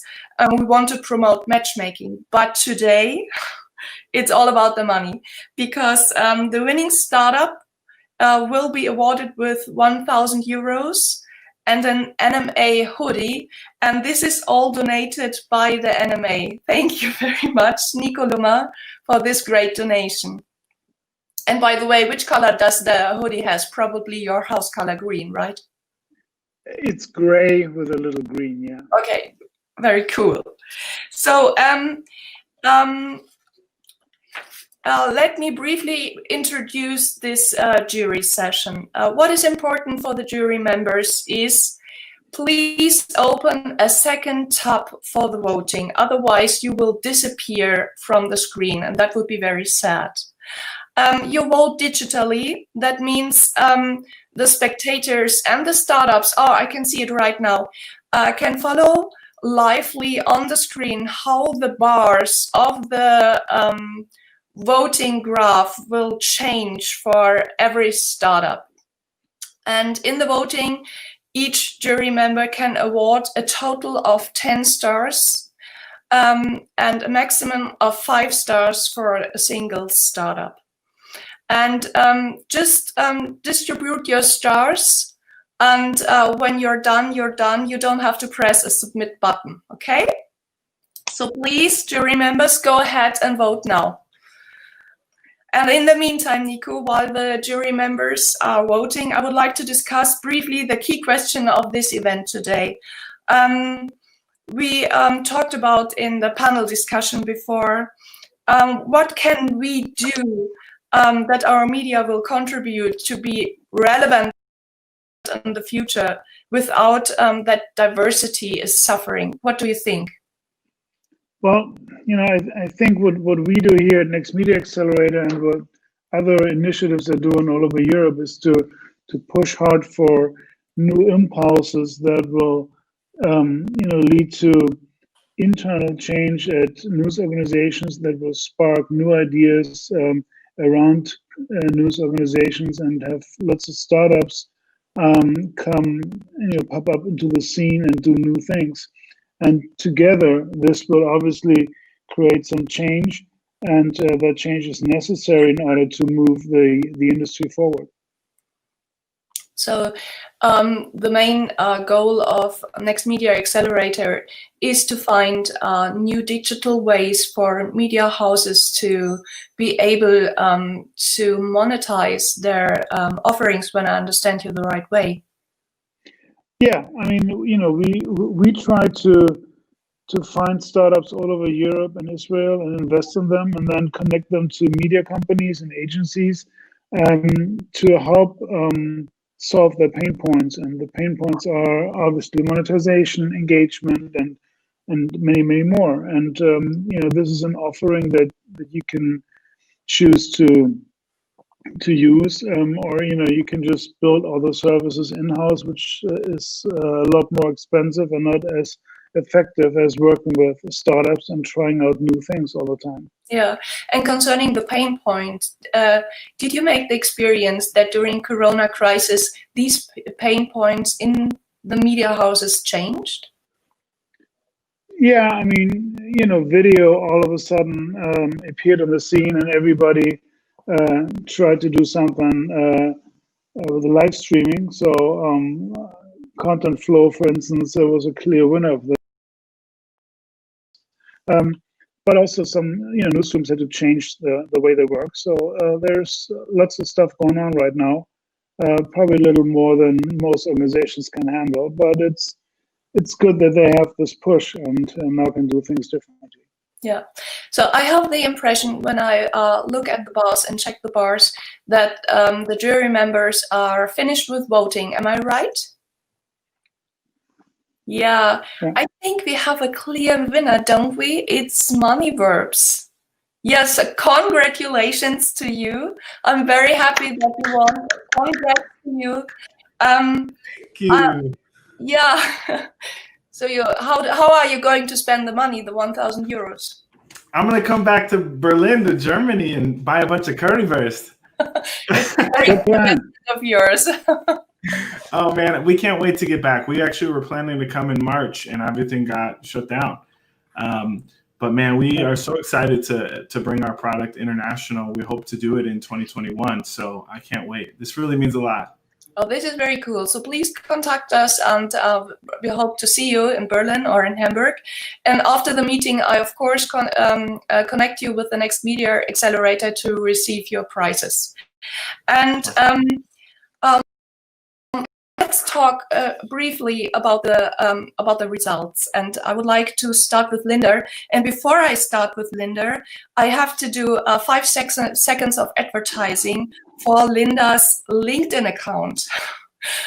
Because yesterday Linda published a post with the interview we did in advance, where she explains how IBM is interfering with the media industry and what she is doing with and for startups. And in this post, Linda, you're publishing a link. Could you please tell what kind of link this is?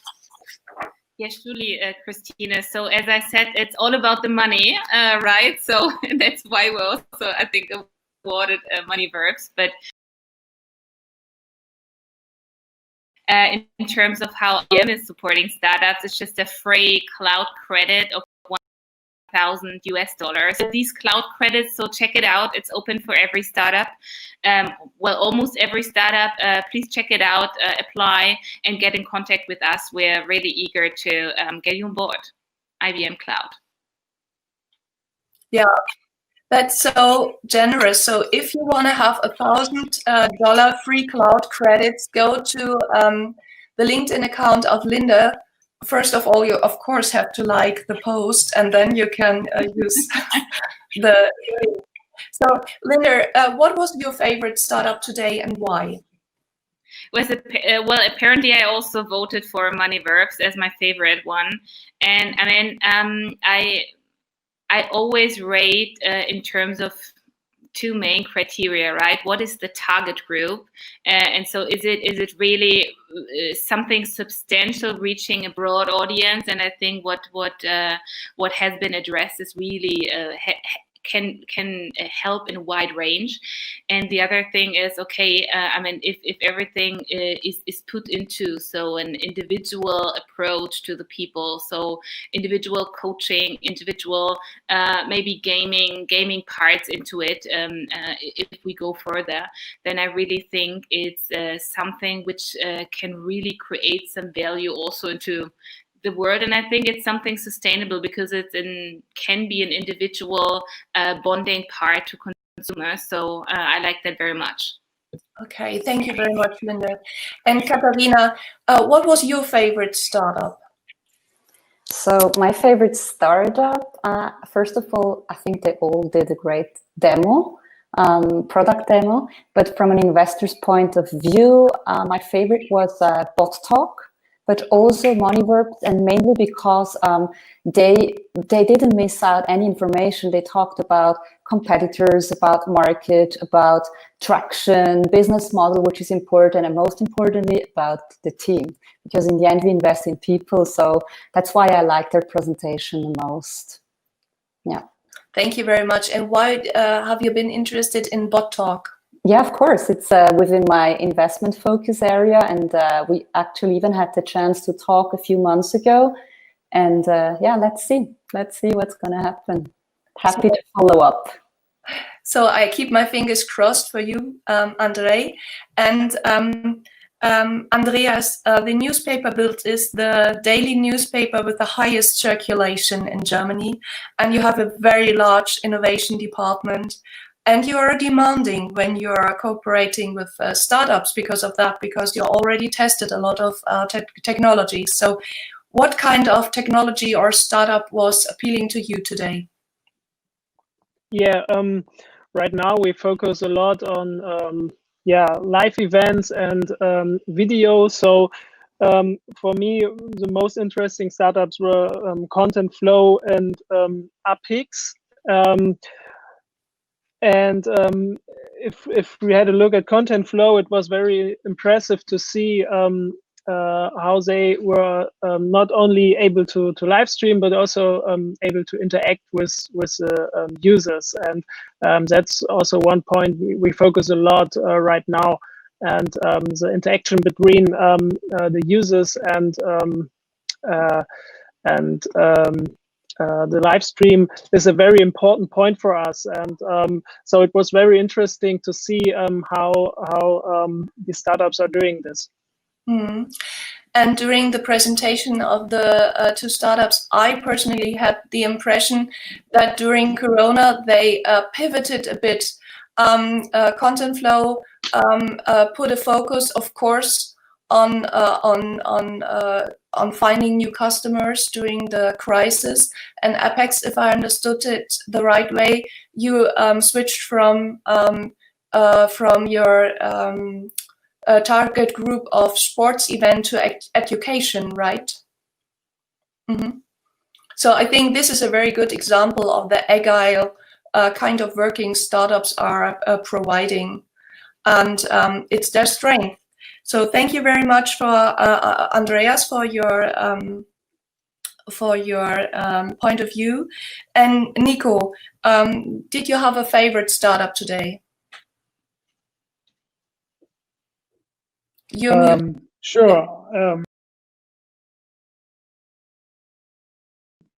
All the NMA startups, of course, were my favorites. I really do like the idea of BotTalk and Ceretai and Contentflow and Zaubar and Factual, obviously. Otherwise, we wouldn't have invested. I think overall, as Katharina said, the quality of the pitches was really cool, and the SonoBeacon thing was really interesting. The winner obviously also was interesting. So I learned some new stuff and got some new interesting concepts. So this was really worthwhile. Mm-hmm. Thank you very much, Nico. Yeah, unfortunately, with this exciting results, our time is already over. We had great startups. We had 10 great startups with exciting business models. Many thanks to the startups. We have seen great pitches. Thank you very much for this. And I would like to thank the jury members very much. Linda Oberhoff, Katharina Iten, Andreas Riekmann, Nico Lohmer. I would like to thank all the supporters of the Innopitch event today. Thank you for taking part in our panel. Thank you for voting for the startups and for chatting today lively with them. Thank you all. Without of you, this event wouldn't have been a success. In Hamburg, we say tschüss. And now I hand over to Mark. Mm-hmm. Yeah, also from my side, thank you very much to all of you for the startups taking the time in doing the pitches. A special thanks to the NMA, who was our Golden Premium Supers partner and helped to set up the jury, find the experts, supporters. So it was really great to have you on board. It was also a nice way of working together. I also would like to thank Edora and Vasily, who basically built the entire system and kept it running today. And hope we will see you soon for our next virtual Innopitch event. So stay tuned, come back to our website, and all the best. Thank you very much. See ya. Mm-hmm. Bye. Thank you, everybody.